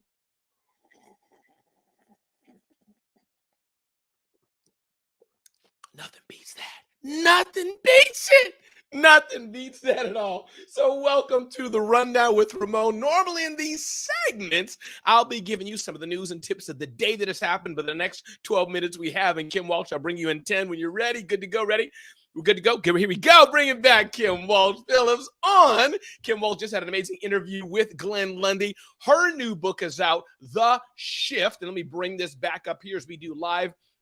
Actually, I don't have to. I realize I can just let go, Kim, and let my partner, Dolan, do his production stuff, but it's hard to let go. So I have somebody back here who can do that. But Kim Walsh, welcome back again. For those who may have just tuned in, give us a summary of The Shift book, what that's all about, and then I'm going to invite from our Clubhouse Twitter Spaces and even some of our hosts, invite them to join us. What I want to try to do, if it's cool with you, is a live clinic for the next 22 minutes and see people come on. Kim, I'm stuck here. Kim, here's my idea, or whatever it may be, and see how Kim, and I'm happy to chime in, can help. But Kim, give us a summary of The Shift. What's that all about?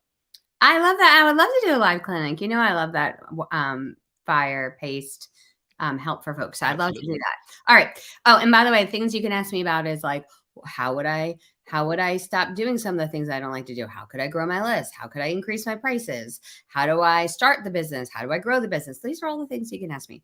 Okay, so the book is The Shift. I keep putting my hand where my name is. Okay, there we go. The Shift, and also I got my nails done yesterday, just and ready, so we're ready to go. Let's go. Come on. Okay, The Shift. It's how to scale your business and multiply your wealth without sacrificing you. I'm on a mission to stop the creed that we need to hustle and grind 24/7, that it should be hard, that it should be drudgery. It's not supposed to be. You're actually supposed to be in your space, your sweet spot, and doing work that you love. The reason why we're given the feeling of love and enjoyment is because those are our God-given superpowers. So when we lean into those and we let all the people that work with us also to lean into those, we can actually create a business that has massive impact and massive income, but doesn't require you to sacrifice your life. I love that. I love that, Kim. So let's begin right now. Pastor Jeff, I'm going to bring you up, and Dr. Tanjie, I'm going to bring you up. And Christine, if you're good, I will bring you back. Good. I see head nods and body movement. Here we go. Let me shift Kim over there. Bring up Dr. Tanjie. Bring up Christina back and Pastor Jeff. So we're going to have some fun today, ladies and gentlemen. And what I want to do first is invite our Clubhouse and Twitter audience. I never want them to feel that they are that forlorn child. So I'm going to try to pause Kim for 3 seconds. It's hard for a moment to do so. Twitter Spaces, or Clubhouse, if you're there and you have a question for Kim Walsh Phillips about your business, or anything else you want, let me know. I'm going to pause for 3 seconds and see. 3, 2. I was giving space, Ramon, but nobody else. Marilyn, jump in. It's all you. Go. My question is, so I'm just at like the starting point with my podcast. Will book help grow a podcast? I know you say business, and I'm trying to look at the podcast as a business. Even though, like, you know, what do you think? Does that one in the same or different? No, yeah. The number one way to grow your podcast is to go where podcast listeners go, which is other people's podcasts. So if I wanted to grow my podcast following, which I do, I have a podcast with Justin Guarini called this Scale Fast Podcast. And the way that we get more listeners, we've consistently been ranked in the top 100 on business on all of iTunes since we launched. How do we do that? I go on podcasts every week, offer awesome content to them, to actionable things that they can use. And then I invite them to listen to my podcast. It really is the number one way to grow your podcast listeners. It works better than going in any other channel because you're already where people are. You want to grow your Instagram following, you go to other people, you partner with people who have Instagram followings. You want to grow your Facebook following, you start doing your Facebook Live and invite guests on that have good Facebook following. Start in the space which you want to grow, partnering with people who already have the audience that you want. Mary Lynn, congratulations to you, by the way, Mary Lynn, and tell us about how we can, I know it's the MLM podcast. Shout it out, promote that podcast. And then I'm going to give some space one more time for audio. And then I'm going to turn to Pastor Jeff, Christina Howard, Dr. Tanjie, you all have businesses to get some help right now, live coaching. But Mary Lynn, shout out your podcast. Let us know as we're on the Rundown with Ramon live on Breakfast with Champions. Go ahead, Mary Lynn. It is multi-level motivation. Mary Lynn, that's the ML. Miles, that's the M. So MLM for short. You can find it on Spotify, iHeart, what's the other one? Apple, all the things. And NBC, we're having a really amazing ABC. response. So thank you. I love. Oh, and Kim, I just got it. Can I just show off a minute, Kim? Too? Can I just show off a little bit? Yeah. I'm gonna play this video real quick. If I can get it done. Let's see here. This is live here. Hopefully this will work. I want to share something. I had Kim on another show that I do too, and I want to show that because I'm so proud of it. Let's see if I can get it. If I can show it. I think it will come out. Yeah, I'm going to share this. Yeah, good. There it is. And I'm going to just play because I just want to play the beginning sequence. I love it. Wow. I just interviewed my friend Kim Walsh-Phillips, who reaches millions and millions of people a month. She's an expert in sales and marketing and e-commerce and making courses to live the life you want and stop working so hard in your business. I'm going to forward some of that. Let's see how I can do this. She's doing the things you want. Millions? I think that's the number of people have learned from. So I just wanted to show that to you, Kim. That was pretty cool. That was on Black Enterprise, another show I have as well. So let's dive right into it. Dr. Tanjie, I'm going to turn to you first, Dr. Tanjie. Tell Kim, if she knows already, for those who don't know, briefly about your business. And if you can, what's one challenge? Maybe if you think you don't have a challenge, where do you want to be? And let's see what Kim has, and then we'll go around the room. And I'll leave space. I'm going to say it again for the Twitter Spaces Clubhouse. If you want to join us, you're not ignored. I'm going to give you some space again if you wish to join it. But Dr. Tanjie, shoot. Mike's yours. Hello, Kim. Loving your segments all the time and can't wait to get my hands on this book. So I'm the CEO of Stylish and Fit. It's a company that has transformed more than just thousands of men and women around the globe through nutrition, wellness, fitness, all of it. I'm all about helping others rock their purpose with vitality and making sure that they're intentional so that they can be dimensional. And what I want to ask you, Kim, you mentioned something that I absolutely love. You said, how do you move the lever in your business and financially, all of that without sacrificing yourself? Now, for me, I'm multifaceted.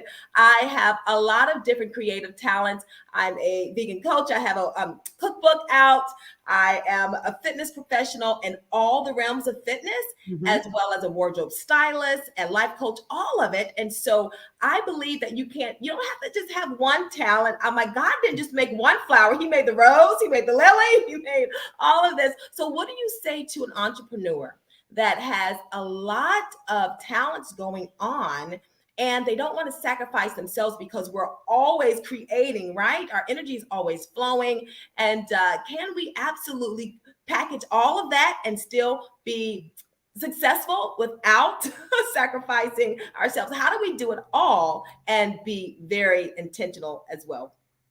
Take a look at someone like Martha Stewart, right? Here's somebody who has multiple streams of revenue coming in based on her expertise and brand. So what is she? She's like Disney. Think about it. Content creator, creating the entertainment, creating the influence, creating the engagement, and then products are created based on the needs of that audience. So she has entertainment. She's putting the show out of Martha Stewart. She has her magazine, which is her publishing arm, right? And then she has products in multiple stores. She has her own subscription. She partners with other people, but she's not physically providing services for people on a one-on-one basis to have her impact, nor is she leveraging that in her revenue. So you just shared a few things here. You have your cookbook. That's amazing. I would have that in something I call a marketing funnel. If you think of a funnel, a bunch of people come in, some of the people will come down into the bottom and want to work with you. That would be in the first page would be a free gift of a delicious vegan recipe that is high protein and high energy. The thank you page of that would be an offer for your cookbook that would come with a free trial to a membership program that you have. Once they're inside that program, I'd invite them to a one-day event.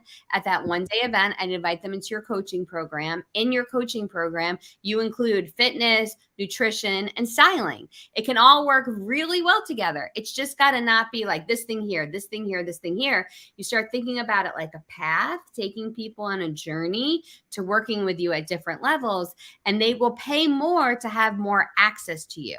You just have to make sure in the very front, someone who's paying $37 for a cookbook doesn't get complete access to you. But the person paying $50,000 a year for the whole kit and caboodle, that's the person that you are meeting with one-on-one. So you just layer your business to serve people in those different ways and bring them on a path to do it.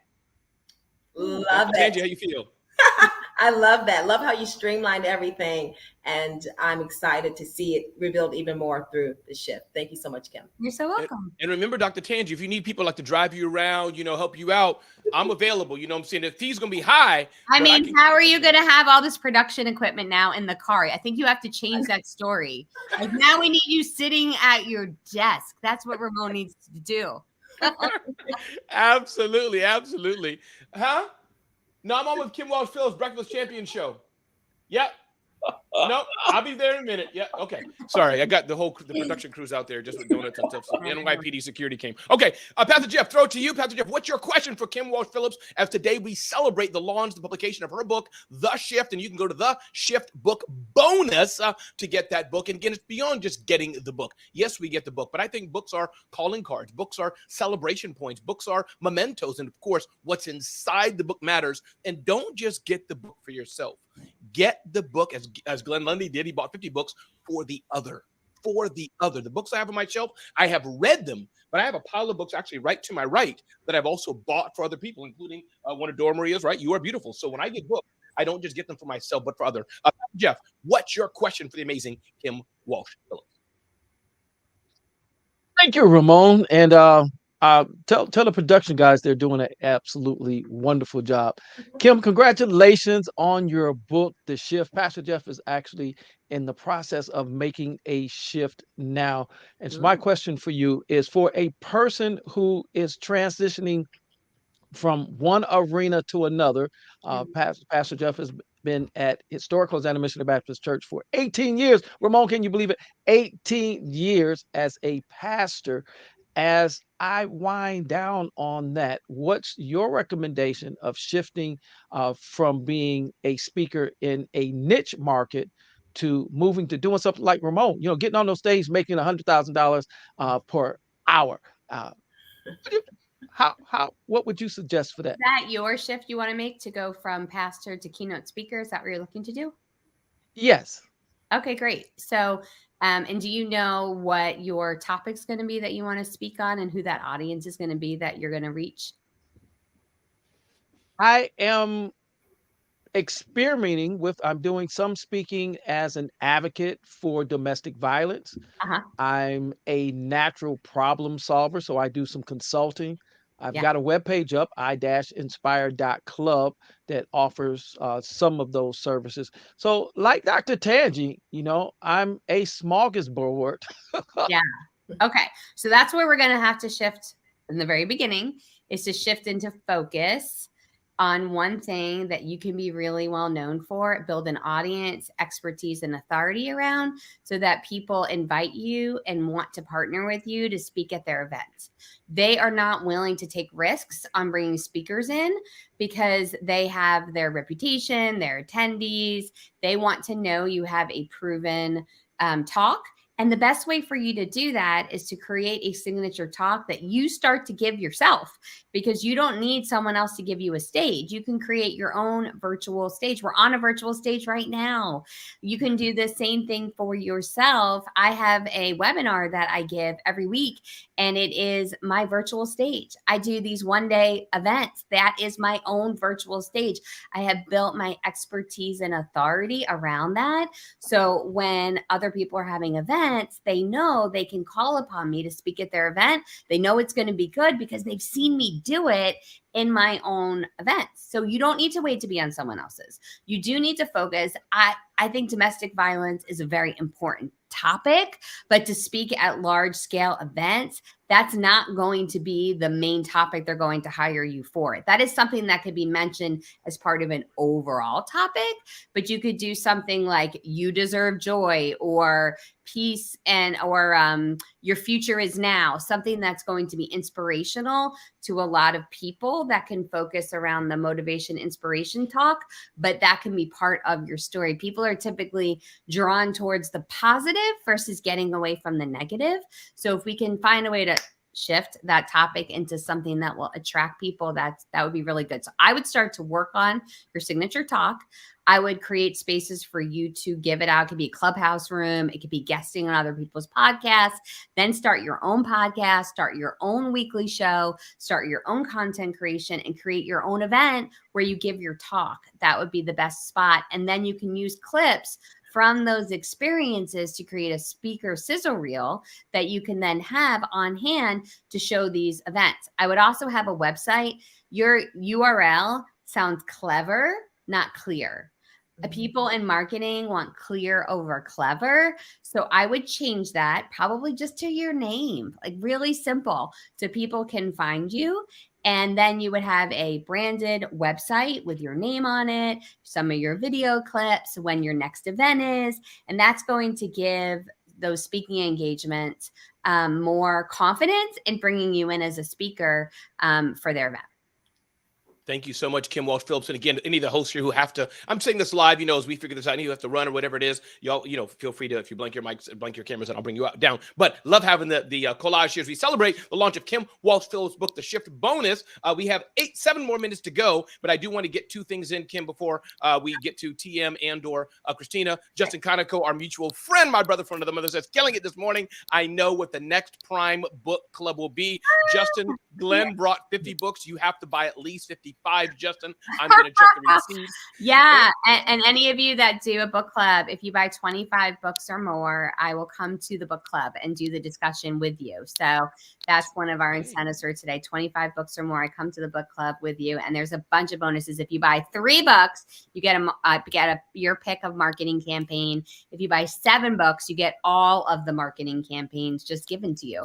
So there's a lot of really great bonuses at theshiftbookbonus.com. 6 minutes to go, and I do want to get this in from another favorite human of mine. And I see, by the way, Marcus Black is next. So, Christina, feel free to, in about a minute, close this out with Kim and intro Marcus. I'll turn it to you in a minute. But let's try to squeeze in Angeline here as well. Thank you for your grace, TM. And TM, I think, because TM didn't get his question yet. But Angeline Moore says, my space is digital streamlining service systems. And she does it very well. When you go to business networking events live, what are your thoughts on promotional items, Kim Walsh-Phillips, author of the Shift book, to gift away? And what was your favorite promo item? So the basic question is, great question it has, what's your tchotchke? What's your giveaway? Kim behind me, I have bookmarks. Should I bring this cup? Should it be a pen? Should it be a chapstick? I don't know. Kim Walsh-Phillips, what say ye to Angeline Moore? First of all, I love to do a little hack there, and I put ads above the buildings where the networking events happen, so I can capture everybody at the networking event, and then I can run that ad to anybody who was there. So I don't need to do a tchotchke because my ads do the work for me. But if I was to do a tchotchke, I'm always going to connect it with what I do and what my end result is. So like right now, for our one-day events, we send out little prize packs. and I'll have a bookmark in there that's going to have a postcard attached to it. And it's going to ask people to go review the book. Because if they have that pack, they got a copy of my book. I've done, when I have my 10X Your Followers campaign, we're powering their campaign on. So I've done a mobile power bank. I'll always connect it with the thing that I'm trying to do versus just something that they'll get rid of. I don't love promotional items though as a lead generation tactic. I think that people tend to get tired of all that stuff and they don't keep it around. I love promotional items though as a client engagement tool or a surprise and delight when someone enrolls in one of my program or they're coming to one of my events. We use it more for that than we do for lead acquisition. Yeah, and Kim, to that point, I think you're right. Again, we tchotchkes are great and giveaways are great, depending on what it is. But I just want to echo, Kim, to your point. One of my friends, Crystal Washington, if you don't know her, Kim, I need to introduce you. She sent me this. Ironically, you'd think it should have her picture, her face on it. But if she says no, Ramon, for my clients, I send them their own stuff because, you know, right, we're selfish people. So I saved it. I think you may know our other mutual friend, Mark Schaefer, right? He sent me this box, Kim, a puzzle with my face on it. Of course I'm keeping it because there's no other better puzzle that my family should put together during Thanksgiving but my face, in all humility. I mean, hello. So, but Christina, let me turn it to you if you don't mind. And again, TM Hyman, America's favorite mentor, Pastor Jeff, Dr. Tanjie. I'm just going to drop you all down there, but thank you for joining and feel free to stay on as long as you wish as we continue on this segment. We got about 1 or 2 more hours, but I'm going to drop myself. Christina, take it away and intro Marcus. But Kim Walsh, good to see you on the Rundown with Ramon. Christina, you're welcome. Can chat a bit as she intros Marcus. All right. Thank you, Ramon, Dr. Tanjie, Pastor Jeff, TM, all of you that are participating this morning. It has been a powerful, powerful morning. It has been simply amazing. And you guys, if you have not gotten the book yet, go to theshiftbookbonus.com. It is at the bottom of the screen. And Kim Walsh Phillips, also known as KWP, is also giving bonuses, you guys, along with the book. So don't get caught slipping. Again, KWP, Kim Walsh Phillips. I want to give you the last words, and then I am going to bring in Mr. Marcus Black. So take it away, Kim. Yes, everybody. Thank you so much for allowing me to share with you. I don't know what I did. Oh, I put it on. Okay. I would love to give you this, all the bonuses, as well as that we're going to have a live cast today, and you're going to get all the recordings for that. Thousands of dollars in bonuses, whether you have a business, you're thinking about starting a business, someone in your life has one. Grab this book today. There's never been a better time to make the shift into joy, to make the shift into abundance, to make the shift into impact. Now is your time. It is not an accident that you're hearing my voice. It's on purpose with purpose. And I can't wait to share this with you. theshiftbookbonus.com. All right. Make the shift, you guys. Make the shift. Thank you so much, Kim Walsh Phillips, for being here. Our next speaker, you guys, is Marcus Black. He's coming up. Oh my God, if you have not heard Marcus Black, you're in for a treat, another treat. This morning has been so much fire. Marcus Black, the Because You Can man. There he goes, the Because You Can man. He is the superhero without a cape, you guys. He is also the co-creator of Embrace Your Ambition. So Marcus Black, how are you doing this morning, brother? Yeah, I am doing splendiferous. I don't even know if that's a word, fantabulous, but listen, we in a building with the champions, and I'm so incredibly excited, elated, and ecstatic to see your smiling face and all of your smiling faces. And if y'all don't know what I'm talking about, it's because you ain't been to bwcdaily.com or youtube.com/bwcdaily to see the beautiful faces. But wherever you are, it is a pleasure to see you. I see your profiles. I see you there on Clubhouse, and I see you there on Twitter Spaces. And then now I see you on YouTube, which is incredible. It's remarkable. And yeah, so I'm just excited to be here to share with you. And listen, if you've been having a good time, man, drop some ones in the chat. Let the people know that you're having a great time, that you've learned some things, that you're picking up some things, and that things are moving forward and you look forward to progressing in your life, right? What's up from Australia? It's my second home, just in case you didn't know. I've been there twice, stayed a few months there, and loved it. So look at the ones popping in. I love to see it. Okay, look, peep this. I got something for you today. This weekend was a very powerful weekend for me. And so for those who don't know, let me just introduce you. So I am a storyteller first, above all. I am also a motivational speaker. I've kind of garnered some accolades. This community actually helped me possibly win an award. I don't know. I'll find out Sunday. I head to Vegas this weekend. I've been nominated for an incredible award celebrating the most influential, positive creators online. So this community was the wind beneath my wings to help me. So that's where I wanted to really just thank this community, right? But for those of you who don't know, I'll take you on a journey, right? And I got this from one of my mentors, Mr. Les Brown, talking about the power of storytelling. So I hope you pick up what I'm putting down today and you realize that everything you want is in front of you, but the greatest way to market yourself is to learn how to master your message and to learn how to tell a compelling story that not only sucks people in, engages them, but also spurs them into action. And that's where I really want to rest upon today. So I was just this weekend with one of my brothers, another one of my brothers, my friends, my mentor, my coach, all the things, Mr. Trent Shelton. If you don't know who he is, you can find him. Most of you might know who he is. If you don't, he's one of the foremost thought leaders in the world. He actually has an event coming up next Monday with Matthew McConaughey and Tony Robbins and Dean Graziosi. Yeah, he like that. So that's my brother and that's my friend. Now, I bring him up because I was just with him this weekend when he did his first live event in 5 years. And I was actually at the last event 5 years ago. And I remember 5 years ago, I went to see him for the very first time. And I was in a space in my heart. I was in a space where I was wondering what I was doing. I was going to a job, a vocational job that was good, not great. It was taking care of all the bills, taking care of my family, but I felt like I wasn't quite where I was supposed to be. Any of y'all ever felt like that? You ever felt like you were on a parallel road? Like, this is good. This is taking care of the bills, but this ain't where I'm supposed to be. You ever felt like something burning inside of you? Like there's somewhere else you're supposed to be, something else you're supposed to be doing, something else you're supposed to be accomplishing. You ever felt like that before? If you like me, then I know you have. Some of y'all right now are sitting in this seat and you're questioning yourself. I'm supposed to be doing something else. I'm getting ready. I'm commuting to a job to trade my time for $1, but I don't desire to do that anymore. I want to create something beautiful for myself that I can live on my own terms. And you came to the right place because some of the most incredible teachers, Kim Walsh Phillips, that lady is a walking masterclass. I say that lady, that's my friend, but she's a walking masterclass. Like Ramon Ray, are you kidding me? The people here who you are garnering from, who you're learning from, amazing, right? So that said, here we are. And I want you to know that you came to the right place. I want you to know that lean in, get your notepads ready, because you'll find everything you need here at this incredible community. So here we are. And I'm at his event. And this time's a little different because the first time I have never met him yet.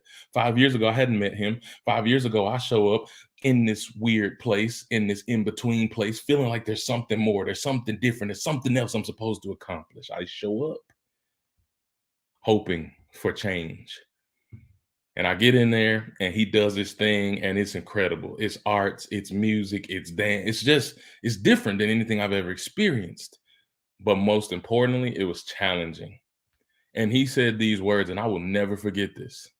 He said the 3 I's. He said, look, the reality is most of y'all are going to leave this place and you ain't going to do nothing with what I gave you. You're going to leave this place and you're going to go right back and do the same thing you've been doing. Matter of fact, about 92% of you. Statistics show that only 8% of the people are willing to take the action to make their dreams a reality, to become what it is they want to become. And he's like, don't get mad at me, get mad at Google. But whenever he said that, he said, I'm not interested in just information, how much you know. Guess what, guys?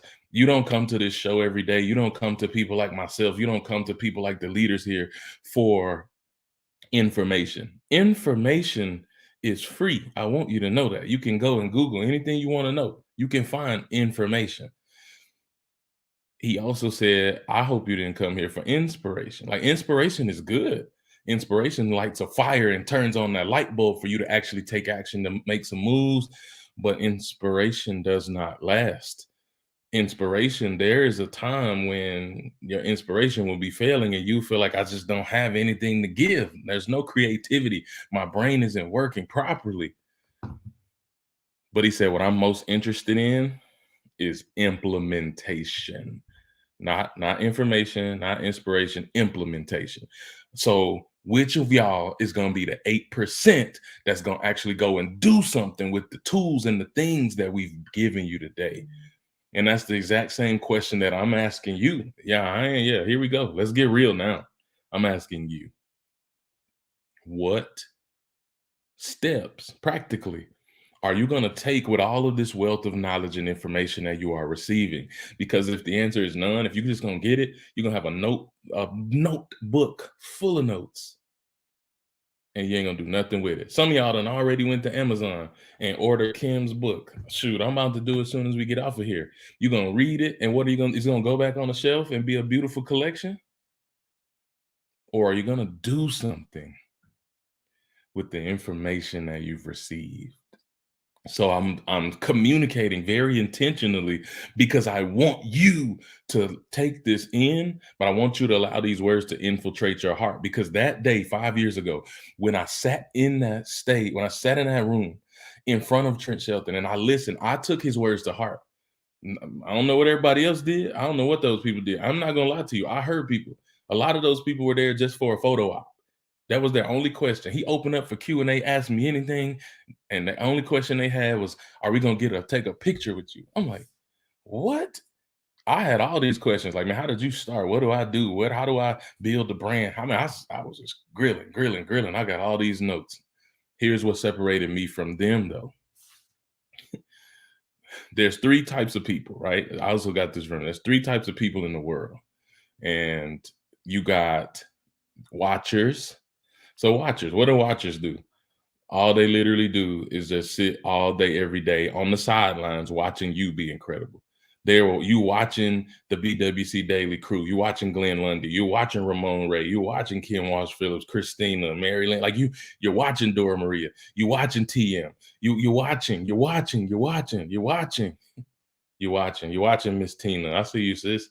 You're watching Jeannie. I see you, fam. Like, and all you're doing is just sitting there watching, scrolling, comparing, tearing yourself down, tearing yourself apart, thinking to yourself, I can never do what they do. Watching me, I can never get up there and yell and do all of this impassionate stuff. Watching, you're just thumbing through. Is that you? Are you going to be a watcher?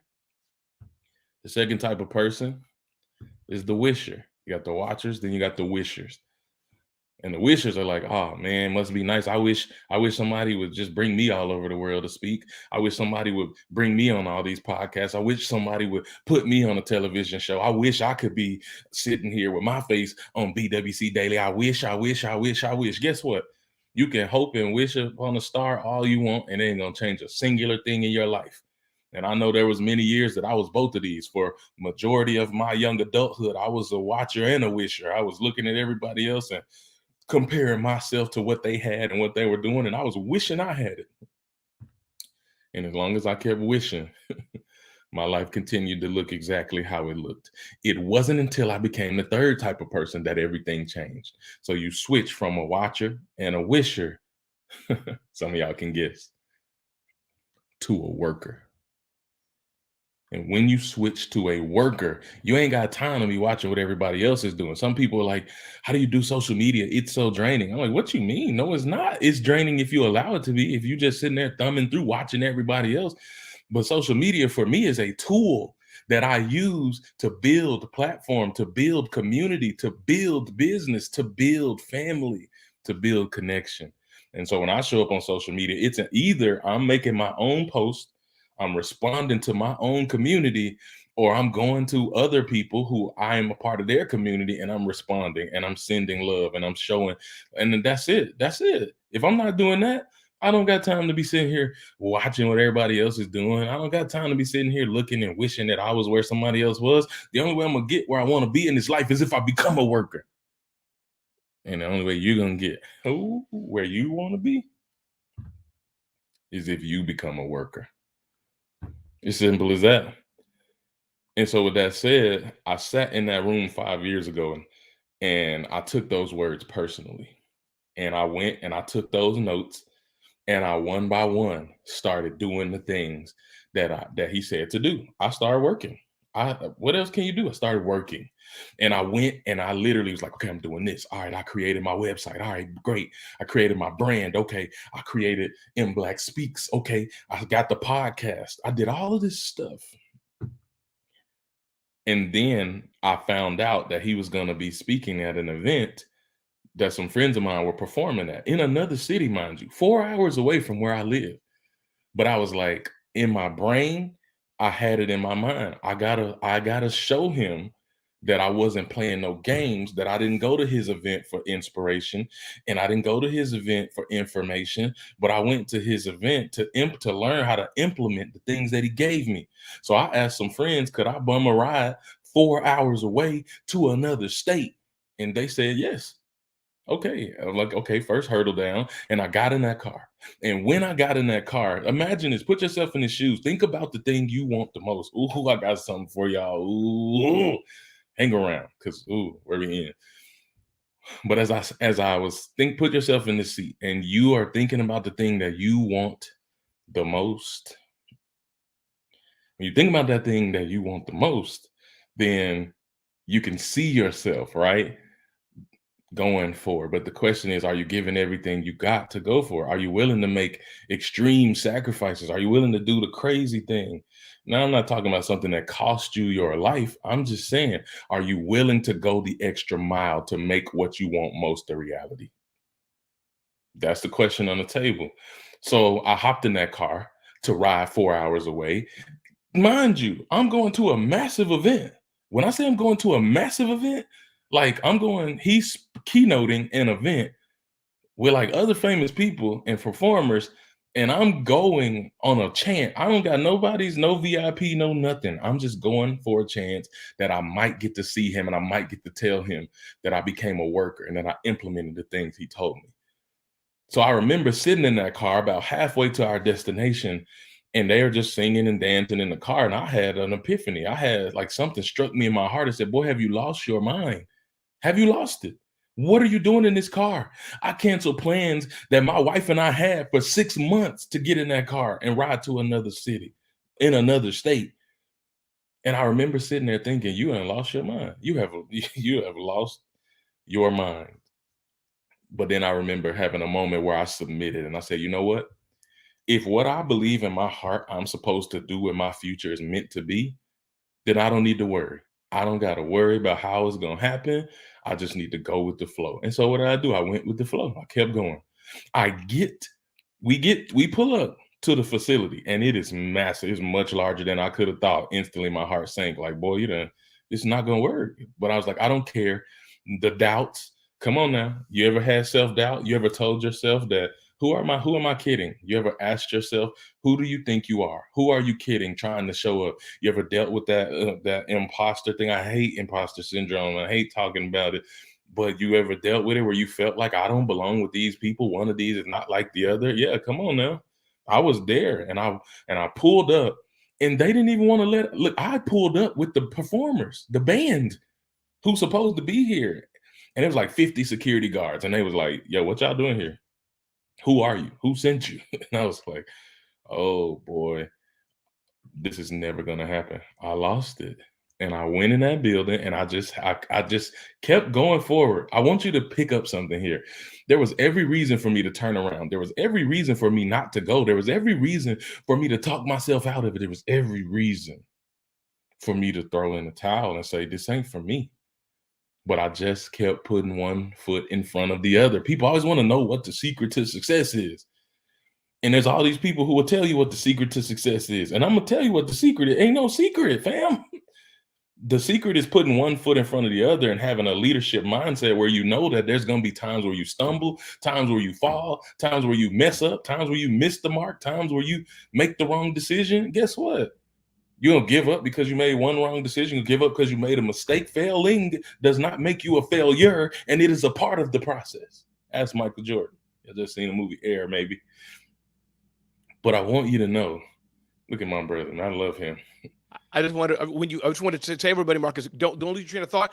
I just want to reset, let everybody know who are watching, who just came in. This is Marcus Black. We got people, Marcus, watching us live on Twitter Spaces, going through my feed. You're hearing the voice of Marcus Black live on Breakfast with Champions. Those who are on Clubhouse, you know that voice of Marcus Black very well. Live on Breakfast with Champions, Marcus Black is walking us through his journey, and I think our journey of how we can overcome, how we can be victors, how we cannot let self-doubt keep us back. I hope I didn't take you off your game, Marcus, but I just wanted to jump, and I know we're at the 15-minute mark, 16-minute, and I want to make sure people know who's the amazing voice they're hearing from, who's speaking as well, in case we got some new people, and I hope we got some new people here on the Breakfast with Champions show. Continue, Marcus, and anytime you want our host to jump in and dialogue with you, just let us know, and we'll pop on video. But Marcus Black, it's back from you. You were sharing us the story. You got in, you came in with the band, and then what happened? Go for it. Bada bing, bada boom, man. I appreciate that. So I came in, and it was chaos. There was people everywhere, and I just made up my mind. Probably not gonna see this guy, but at the end of the day, I never stopped taking steps. I never stopped taking steps, and those very steps led me to being in a room filled with hundreds of people. But listen, I'm not telling y'all to do what I did, because this is kind of crazy, but I want you to pick up the principles, because the principles apply to whoever you are. My friends who were the band were in the green room, so I had a reason to be with them, but they left because they had to go warm up. About this time is when Trent Shelton showed up, and I said, you know what? I came all this way. I got in this car and drove to another state. I took my butt in the green room. If you don't know what a green room is, this is the place where, like, performers, speakers, this is where they hang, that's separate from everyone else. This is their safe space, and you don't have no business in there, i.e. me. I didn't have no business in there, but I went into that green room, and when I went in there, I was like, oh, I pray security don't come in here and kick me out before I get to say hello and tell my mans what I need to tell them. Well, security did come in, and I didn't even flinch. I just sat there, and they said, what's up? They greeted me. They walked past. That, I guess I looked like I was supposed to be there. And so they kept doing what they were doing. About that time, he came off the stage, and we reconnected. And I said, hey, man, I have to tell you, you said to do X, Y, Z. This is X, Y, Z. I've done X, Y, Z. And then I've even added double A, double B, and double C. I've done these things since the last time I saw you. And that's when he leaned in to a different capacity. If you want to secure and garner mentorship from those that you look up to and you admire, do the things. Go show them that you are willing to work and do the things that they've asked you to do. If you do that, everything changes. And this is exactly what happened. And so from that moment, he knew that I was serious. I reached out 6 months later, and he became my official coach. And that's the game changed. Everything changed from that point. And so this weekend, fast forward, I'm back, and I'm sitting in this room, and I'm listening to him challenge the audience. I'm listening to him tell them that only 8% of y'all is going to take action and implement the things I'm saying. The other 92% is going to go back and keep doing the same thing. You're not willing to do the work to create the change that you want to create. And I was overwhelmed with emotion. I was overwhelmed with emotion because I just learned recently that when I first started working with him, he asked me to write down a list of what I wanted to accomplish. And I put 6 things on that paper. And I just found out that within 3 years of me working with him, that I knocked everything off that list. I knocked everything. Do you hear me? What I'm saying to you is everything you want is within your grasp. You can have it. But are you willing to work for it? Are you going to keep watching everybody else? You're going to keep watching the incredible community here? Are you going to keep wishing something was different? Or are you going to become a worker and start doing the thing that you want to do? And so I asked you a question earlier. What is it that you want most? And when you think about this, there's a lot of people who feel like, I don't know. I just have a consistency problem. I have a consistency problem. And I don't think that's the case. You don't have a consistency problem. You're consistent in a lot of things. You're consistent in getting up here and brushing your teeth every day. At least I hope. No, I know you are. You're consistent in getting up every single day and going to a job you don't love. You're consistent in doing a lot of things you don't want to do. But you lose that consistency in the thing that you want most. And so the question I ask you is, how bad do you really want it? How bad do you really want it as bad as you say you do? Do you really want it? Because you know what Eric Thomas said, and it's not until, in the Guru story, it's not until that you want to exceed as bad as you have a desire to breathe, that success becomes inevitable for you, because that is when you're willing to do extraordinary things. That's when you're willing to invest in yourself. That's when you're willing to invest time into yourself, like you are right now, to invest resources into yourself. That's when everything changes. And so I challenge all of you today, get up and do something with the things that we're giving you. You're going to hear things every day. I hope you come back every day. I hope you go to bwcdaily.com and subscribe. I hope you subscribe wherever you are. Follow on Twitter Spaces. What up, family? I hope you tap in.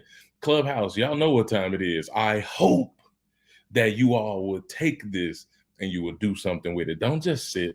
Don't sit by idly. Don't sit and watch other people doing it, man. It's you. Do you realize how special you are? Do you realize how unique you are? Do you realize this entire time it was meant to be you? This entire time, you are the person who's supposed to go and do epic things in the world. And it's not until you realize that you have this revelation and you start taking action steps. Okay, how do I do that? I can give you a 4-part process before I wrap up and we get out of here, as I come down the mountain, that can help you. And the first thing, if you've been feeling stagnant, if you've been feeling stuck, you've been feeling like, I hear what you're saying and I want to, but I just can't get past XYZ. I can't get past this hurdle. I can't get past this situation. I can't, I'm stuck, I'm here, I'm stuck. And you feel like there's nothing you can do. If you want it to look different, you got to do these 4 things. And these are the 4 things that literally changed the game again and again and again in my life, to bring clarity in my mission, to help me become everything I'm meant to become. The first one is this. You got to accept reality. You got to accept reality. You have to accept that which you cannot change. And part of the reason some of you cannot change your life is because you're trying to control the uncontrollable. You're looking at an abusive situation you've been in. You're looking at a bad hand of cards you've been dealt. You're looking at the setbacks. You're looking at the circumstances, and you're looking at everything you cannot change. And you're sitting there stuck like a hamster on a wheel, just stuck playing on a loop. You got to accept that sometimes it is what it is. Like, I've been there. When I say it is what it is, there's abuse that I've suffered. There's trauma that I suffered. And as long as I kept replaying that on a loop in my mind like a nightmare, I continued to stay stuck and stagnant. It wasn't until I made a choice, I was going to do something with that, that everything began to be different. It wasn't until that I realized that, listen, it's going to be what it's going to be, and I can never change that which I can change. The only thing I can change is me and what I do, the actions that I'm willing to take. It's not until I do that everything gets exactly where I want it to be. And so once you accept reality, then you got to face your giants. The next thing you got to do is face your giants. Your giant is not my giant. You already know what it is. What is that thing that is hovering over you, that is telling you, the voice inside your head that tells you you're not enough, you don't got what it takes, you can't do it? What is that thing, that giant that's holding you back, that's literally hovering over you and making you feel like, if I take a step, this is going to be the end? Face it. And a lot of times that giant in your life represents fear. What is the fear that's holding you back? What is the fear that is tormenting and taunting you? And if you're willing to confront that fear, you'll realize it was never as powerful as you thought it was. It was never as big as you thought it was. And what you learn is that you are actually bigger yourself. And you can accomplish so much more than you ever thought you could. Once you do this, you've now accepted that which you cannot change. You faced your giant. You've overcome your fear. Then you put yourself in a position to silence the lies. You've been told a lot of lies about yourself, what you can't do, what you ain't good enough at, what you'll never be able to accomplish. And you got to silence those lies. And you have to do this. It's an active process. And you got to replace those lies with a new truth. You got to affirm yourself. You have to create affirmations. When you do this, changes everything. Affirm yourself, because ain't nobody else going to do it for you. Nobody's going to build you up the way that you need to be built up. It's on you. At the end of the day, the choice is yours. And when you do this, then lastly, you can build the life you love to live. You can take steps every single day unapologetically to become exactly who you want to become. Are you willing? to be a worker? Are you willing to implement the things we're saying? Are you willing to take steps every single day to become who you want to become? Because I'm telling you, if you are, you will change your life. If you are, success is inevitable. So get your butt up. Stop sitting here and you go this day and you take the steps you need to take because you can. I love y'all, man. It's been incredible to be here with this community. Wow, wow, wow, Marcus Black. My my God. God. We have about 4 minutes, and you just gave, oh my God, it was so powerful. We're not used to seeing you here like calm and collect, but you know what? That was so powerful, so powerful. How bad do you really want it? Learn how to tell your powerful story. 3 types of people: the watchers, the wishers, the worker, right? Oh my God, 4 parts, 4 parts of action steps to get you unstuck. TM and Stars Tina, what do you think? What do you think about Marcus's segment? Listen, this is my guy, right? Listen, Marcus and I was together in January. We took a picture somewhere, and somebody was asked Marcus, "Is that your son?" Listen, he just killed it right now, right? Sounding like everybody's father.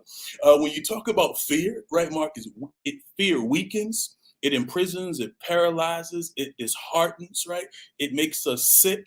Going from watcher to wisher to worker, I actually thought about every part of my journey in which I went from a watcher, a wisher, right, to a worker. And I never turned back, bro, right? It takes that leadership mindset, and you got to be willing to take the risk, bro. You gotta be willing to take the risk. Heart you, daddy. Yo, that was hilarious. We laughed at that all night, but I really appreciate the love. Yes, sir. I know y'all used to me yelling and stuff, but my kids are sleeping in the next room. So I was like, normally I disappear outside into the darkness, but I chose to let y'all see me, so I had to tame it. But I'm gonna go to my office and make sure I can turn you up. I love it. Marcus, quick question for you, because when you first started talking and I heard your voice, you know I love you. You're speaking all the time, and I'm thinking like, how is this voice like that? I'm here like trying to understand it. And I was speaking with someone and they said, well, that's a gift from God. Have you always had this energy? Did you feel your transition to where you are right now? Or were you always like this? Would love to know. It was 0% not always like this. Like, absolutely not. Matter of fact, the first time the passion and the big voice came out of me, like my wife laughed. She was like, bro, who are you? Who you think you are? Because it was so foreign, because I'm such a reserved human. I'm low key. I be chilling. I don't do all of that. But when I realized that lives are on the line, like I communicate with urgency, because on the other end of any screen, on the other end of any platform is a real human who's at the end of their rope. And I don't got time to play when it comes to life, because that's what I care about most. So the passion, it just comes out because I'm no longer thinking about me. I lose control and I lose the inhibition to try to be thinking about what people are thinking, how they perceive how I show up. And I just give what I got to give, because I know that life, that one life, if they can have a rope to hang on to, then I have accomplished my mission on the planet. Hey, I just looked up your event. I think I'm going to have to go there. It's in June, right? Come on, girl. It's in June 1st through the 4th, if you come 2nd through the 4th, you can pay any amount. There's no ticket price. You can pay $30 to get a whole weekend. Like, legit, pay whatever you want. And it's going down. All right. It's going down. And it is going down. Marcus Black, they are a good time. Just in case you do not know, they are a good time. Get the ticket. Yes, they are, TM. You guys, yes, they are. Marcus Black, mblackspeaks.com. Thank you all for chiming in. Thank you all for your questions. Thank you all for just being here to help us get to Marcus Black and all the things Marcus Black. EY Embrace Your Ambition conference is coming up in June. Next up, we have Miss Susie Miller coming up. But before we let Marcus go from the stage, I want Marcus Black and everybody on the stage should know that Marcus Black has a new book out, and he did not say anything about it. But Marcus Black, if you don't mind, really quickly, tell everybody about your book and how they can get it. Liz, absolutely. It's called Activated. If you search Activated and type my name, Marcus Black, it'll pop up. It's me and an incredible group of authors. There's 14 total. Ashley Faye is in the building as well. And it's just compelling stories and testimonies to help you take action to accomplish your goals and dreams. Look it up on Amazon.com. It's already a multi-category bestseller. And those some powerful stuff in that book. It's really impacted my heart. So go get your copy today because you can. Yes, because you can. All right. I hear my cue, the music in the background. Marcus Black, thank you so much for an incredible segment. Thank you. Next up, you guys, we have Miss Susie Miller. Susie Miller coming up next. She is the CEO and founder of Zadassi. I may be pronouncing it wrong. Zadassi. She is a fixer. You know what? Think Olivia Pope meets Brene Brown when you think of Susie Miller. Think of that. So Susie Miller, thank you for being here, and I'm going to turn it over to you. Hey, Christina. Good morning. Good morning to the Breakfast with Champions show live. I'm so excited to be here. So excited to talk with you today and just really tag team with what you've heard. Marcus Black, if you do not get up and roll and run and jump with energy and joy after you hear Marcus Black, then I don't know what's going to wake you up. So I'm thrilled to be able to follow such an inspiring man and be part of this lineup today to talk to you about how to grow as a champion. And one of the things I'm going to do is I'm going to start with a story. I'm going to tell you a story that changed my life. It's a story that Price Pritchard tells.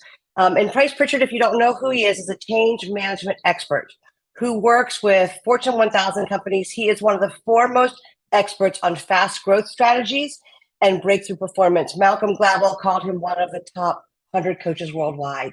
And in his book, You Squared, he tells this story about a fly. He tells a story, and the story changed my life. He talks about how he was in this little inn up in Toronto, back in the hills, having a quiet morning. And he starts by saying, I was sitting there in my chair and I was listening to the desperate sounds of a life and death struggle going on just a few feet away. Because you see, there was a fly burning out the very last efforts of his life in this futile attempt to break through a window pane to get to the outside. And he shares how he listens to this fly's wings slowing down and they're flapping because all it was doing was trying harder. The fly's strategy to get from where the fly was on the inside of the window to where he wanted to be, the outside world, was try harder. Flap harder, hit the glass harder. But you see, it wasn't working. And that frenzied effort, it wasn't for lack of effort. There was no hope that that would ever get him where he wanted to go. And why this struck me as such a powerful story is because he goes on to talk about that struggle is part of the trap. Because you see, it was impossible. And I don't use that word often, but the fly could not try hard enough to get through and succeed at breaking that glass. But that little insect had staked its life on reaching the goal through simply raw effort and determination. And sadly, the try harder strategy, this fly was doomed. And it would die on the windowsill. And Price Pritchard goes on and he says, but across the room, only 10 steps away, there was a door that was open. And then in 10 seconds of flying into another direction, this small creature could actually reach the outside world that it was trying to get to, could actually reach its goals with only a fraction of the effort it was making to break through the glass. It could be free of the self-imposed trap. The breakthrough possibility was there. It would be so easy. And so he pondered why the fly doesn't try another approach. Why not do something dramatically different? How did it get so locked in on that this idea, this route was the only way, this try harder effort was the way to success? And he asked this question, what logic is there in continuing until death to seek a breakthrough with more of the same? And no doubt it made sense to the fly, but it was an idea that would kill the fly. And this spoke so deeply to me because he ends the story, and it's a true story, by saying trying harder isn't necessarily the solution to achieving more. It may not really offer any promise for getting what you want out of life. In fact, sometimes it is the biggest part of the problem. And so, friends, if you stake your hopes for a breakthrough on trying harder than ever, it actually may kill your chance of success. Trying harder is not the answer to success. And I have this little post-it note on my computer that tells me that every day. That fly was trying hard. And so after I read the story, I paused and I thought, what is a different way to do things? Susie, what do you persistently do? Friends, what do you persistently do without thought? Because it's the way you know. It's the way you've always done it. Or it's the way your circle or people do it. Because you see, what we think leads to our feelings or our emotions, which guide our actions. And what we think is usually related to our five senses. It's what's concrete, it's what's obvious. And it guides the truth we believe. And it's what our conscious mind can accept. And in our conscious mind, we can accept or reject ideas. And for this fly, for us, for you, for me, trying harder is the idea, is the paradigm I have been raised by. In fact, I am a try harder kind of girl, and I used to wear that as a badge. One of the things I would say to people is, give me a square peg, and I will fit it in a round hole by wearing down the edges. Because one of the paradigms of my life is you have to work hard to get ahead. You have to take action. You have to do. And so after reading this story, I began studying a new way of thinking about how to achieve success. And that new way of thinking tapped into my right brain, which is feeling.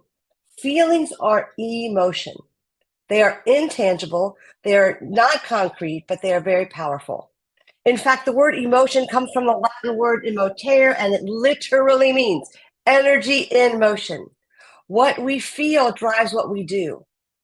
So if you take a minute and you think about something you want to achieve, a business goal, a personal goal, and it evokes a lot of feeling in you. I mean, Marcus Black did that. I want to grow. I want to be different. I want to succeed. I want to provide for my family. I want to achieve and fill in that blank. And then pause and ask yourself, are you working towards that goal like the fly, trying harder in what you know to do? Because that sure was me. I tried hard to achieve my success. I've tried hard.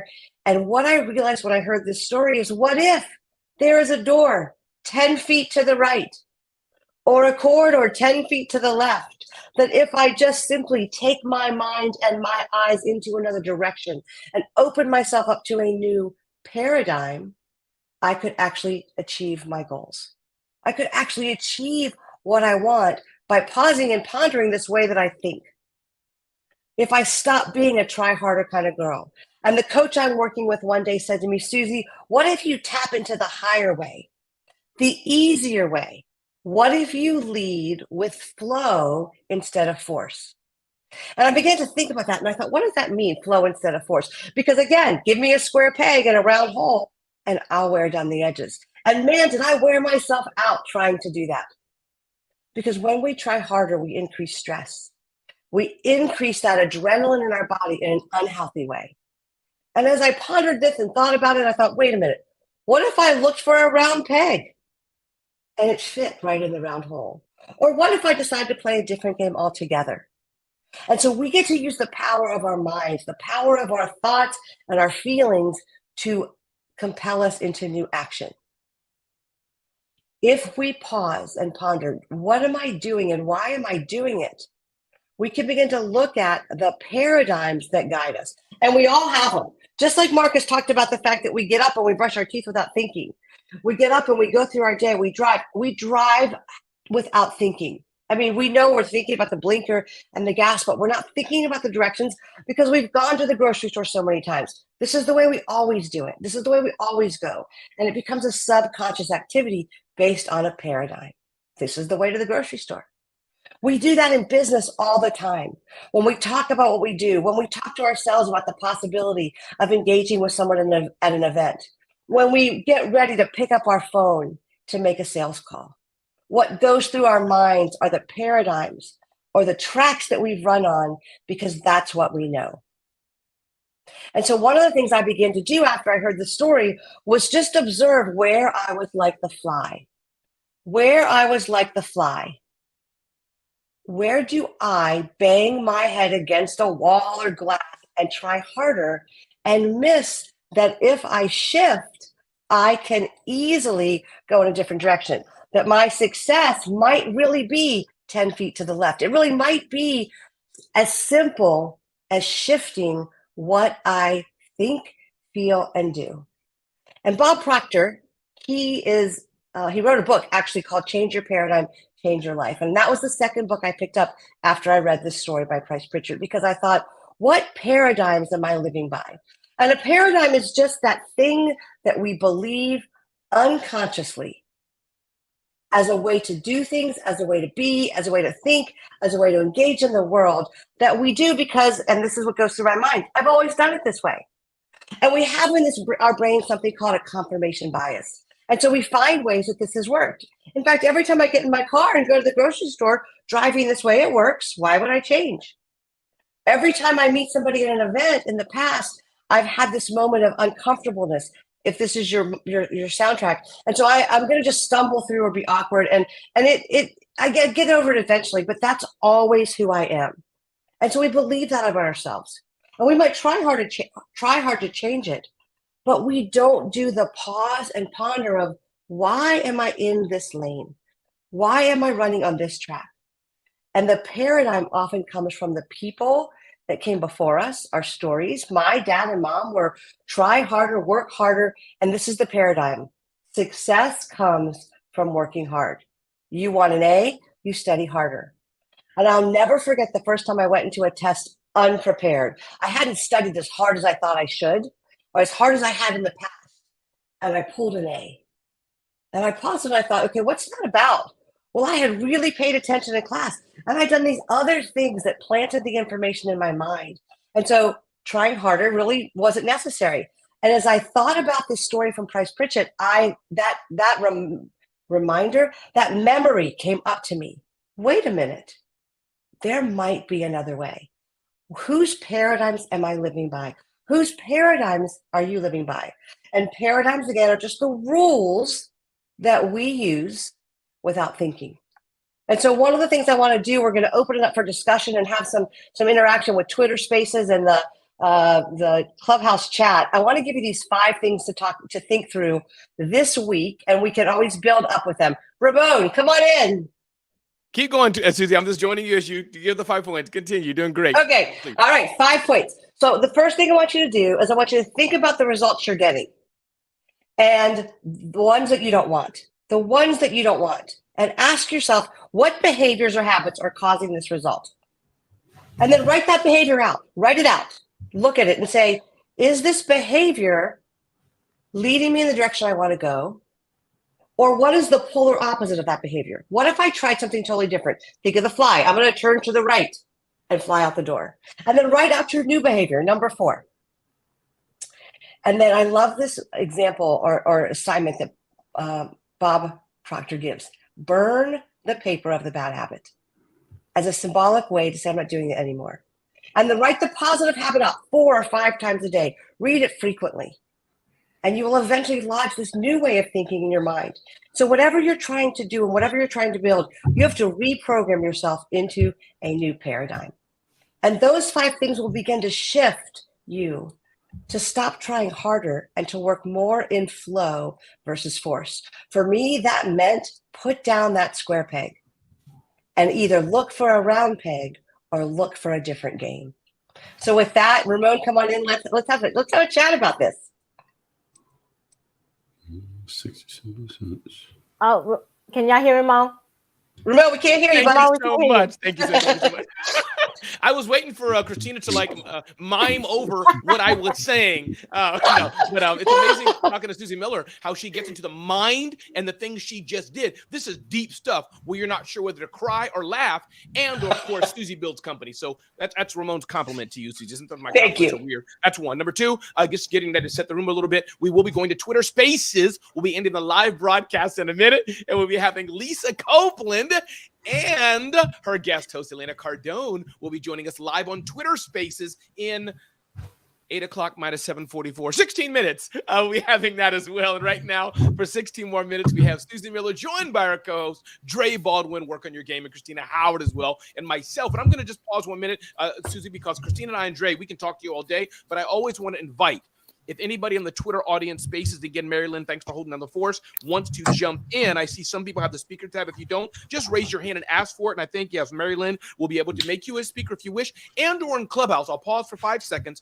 Anybody on Clubhouse or Twitter spaces want to unmic anything Susie said today, spoke to. And again, if you don't want to, it's okay. But I want to leave this time for you to chat before we get to Lisa Copeland and Elena Cardone live on Twitter spaces. Let me pause and see if our audio-only audience wants to jump in. 5 seconds. 5, 4, 3, 2. Hey, good morning, Ramon, Tracy, every time I recognize your voice, I'm going to give myself $1. Tracy, the mic is all yours. And don't forget, give yourself a 5-second promo of who you are so we can reset the context because we are multi-streaming. Let us know what platform you're on, who you are, and then direct your question to Susie, and me and Dre and Christine will jump in. Tracy, the mic's yours. Hey, Ramon, thank you. I'm actually on Clubhouse this morning listening in. I'm a How Money Works coach. I teach women about money and how money works. We know how to make it. We know how to spend it. But a lot of times we're just not doing effective things with our money. So that's what I do. I teach people how money works here in Atlanta, Georgia. And feel free, your question for Susie or discussion. Mike's yours. Well, I just love what you said about think about the results that you're getting. Are they the results that you want? And that really resonated with me. Think about the results that I'm getting. Because if I'm not on track to reach my results, then I need to pivot and do something different. So that's what resonated with me today about the results. Am I getting the results? Am I getting the results that I want? I love Tracy, it.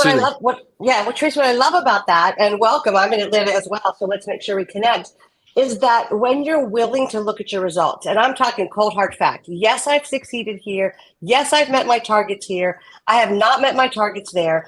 You have a chance to face the music, to really look at, yes, the results or no, the results. And then you can take a step back and go, we can go to first why. Why am I not getting my results? If I want to be financially secure and I'm spending money every day on a cup of Starbucks, then I'm using $4 in a way that I might be able to make a 50-cent or $1 cup of coffee at home. Now, I'm not saying I don't love my Starbucks. Please don't hear that. But the results I want might be to save money and move towards a greater stability financially. So my results actually are the lens that we get to look at what we're doing and go, do I want to keep doing this? And a lot of times for me, I'm like, I've just always done it this way. And I need to pause and reflect and ponder and shift how I do something so that I can make the change and actually get the results I want. But so often we don't look at the results because we're not really sure. We want to see what they say. Great point, Tracy. Thanks for participating. Tracy, thanks for chiming in. Indeed. And Gene, Dre, when you're talking about Dre, you're a professional athlete. You've traveled around the world. I know Work on Your Game. You're all about the hustle, etc. Is that true, Dre? Do you want to disagree with Susie? I mean, do we have to focus on the results? Can we just throw the ball, just go for it, just half build the business? I mean, come on, give a little slack. Do I really have to focus on that, Dre? Talk to me. Yeah, well, you can focus on just throwing the ball if you want a participation trophy, but in the sports world, it's all about results, and it's about results and performance. So in a results-based business, and those who produce results get to stay in business and keep your job. And if you don't produce results, you're out of there.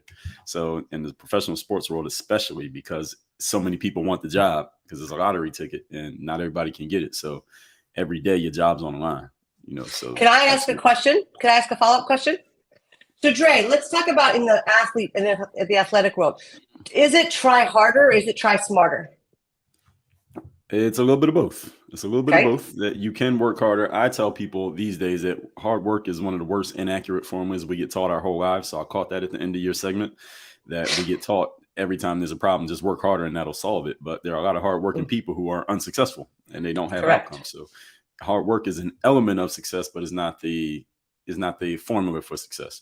So there is a way to work smarter as well. The thing is, a lot of people like to say that, like, work smarter, don't work harder. But the thing is, they're not smart enough to work smarter on their own. This is why you got to work with other people who are actually smarter than you, because your smartest formulas got you to where you're at. So you can't say I'm gonna work smarter without getting outside help because you don't know what smarter actually looks like. So that's why we have coaches and trainers, and in the sports world, we always have coaches, but in the business world, you got to kind of indoctrinate somebody to understand why they need one.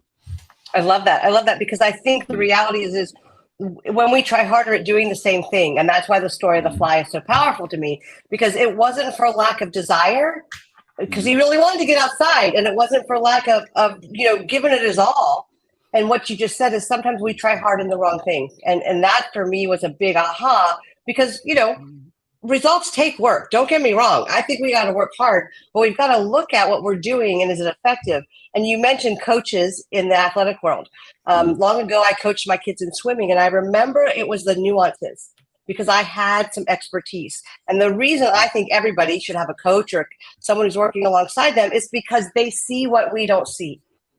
They see that step to the left, or that the way you hold the ball, or the way you engage in a sales call, the way you start your sentence, the way you hold your executive presence that we can't see. And if you have a trusted coach, they can go, let me show you where you might be trying hard in a way that's not effective. Would you agree with that? Oh, absolutely. It's the details. And the higher the level you go, Susie, the higher the level you go, the more important the details matter. Because at the pro level, like the basketball playoffs are about to start, at the pro level, everybody has talent. Right, so it's not a talent thing at the pro level. And maybe at college and high school, if you're more talented, you can just beat them without even trying. But at the pro level, you can get your butt kicked any night by anybody, even the worst team in the league, because everybody has talent. So the difference is the focus, the details, the disciplines. And there are plenty of stories in the sports world. This is not my segment, so I won't go into it. But there are plenty of stories in the sports world of how the best coaches go into the details that you would think the pros don't even need, but that's what they focus on, and that's why they're the best players. A guy like Michael Jordan, Kobe Bryant, experts in fundamentals. And the 1 degree, I have a whole program I talk about the 1 degree. And I think when you get to a certain level on the outside of talent, on the outside of what's obvious to you, this is the elite in business, the elite in sports, actually the elite in life and relationships.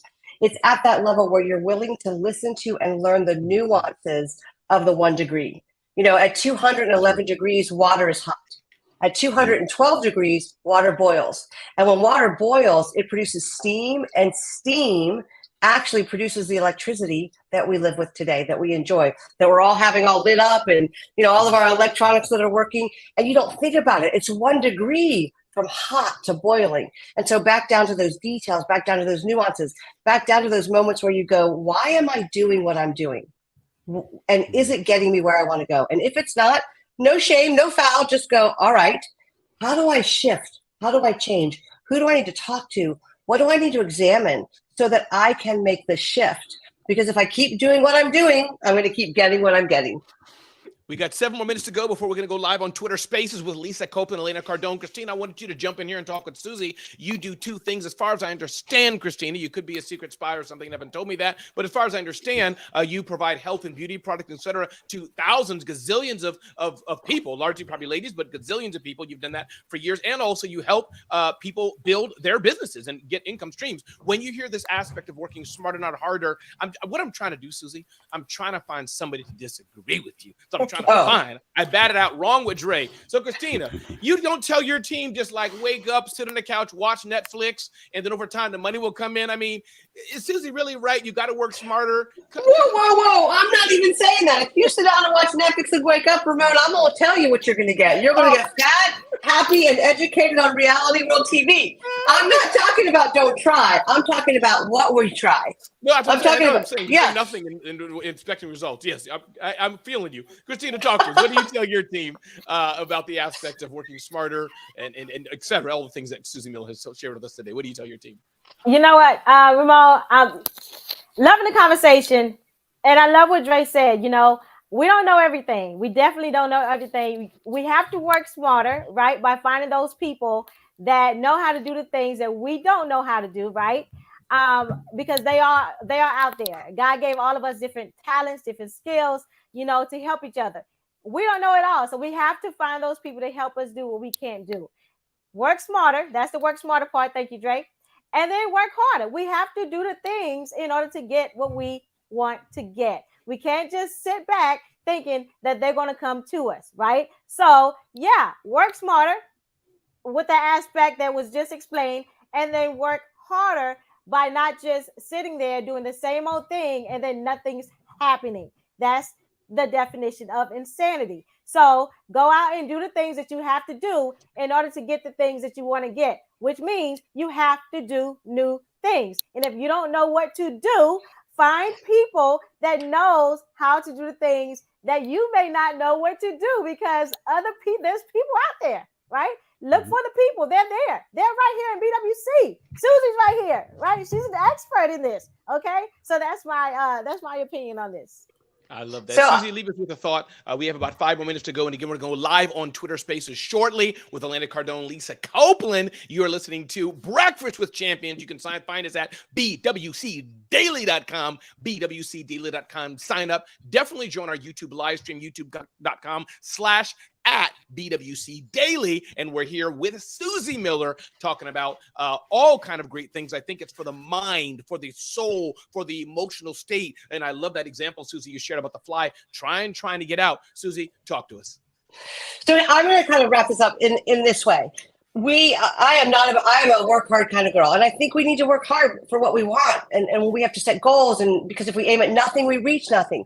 What I'm proposing today is that you pause and go, am I getting the results I want? Am I getting through this barrier, this roadblock? And one of the things we do with Zadassi, which Christine mentioned I'm CEO of, is actually help you identify those roadblocks. The fly needed someone to say, stop banging your head against the glass window and turn right and fly out the door.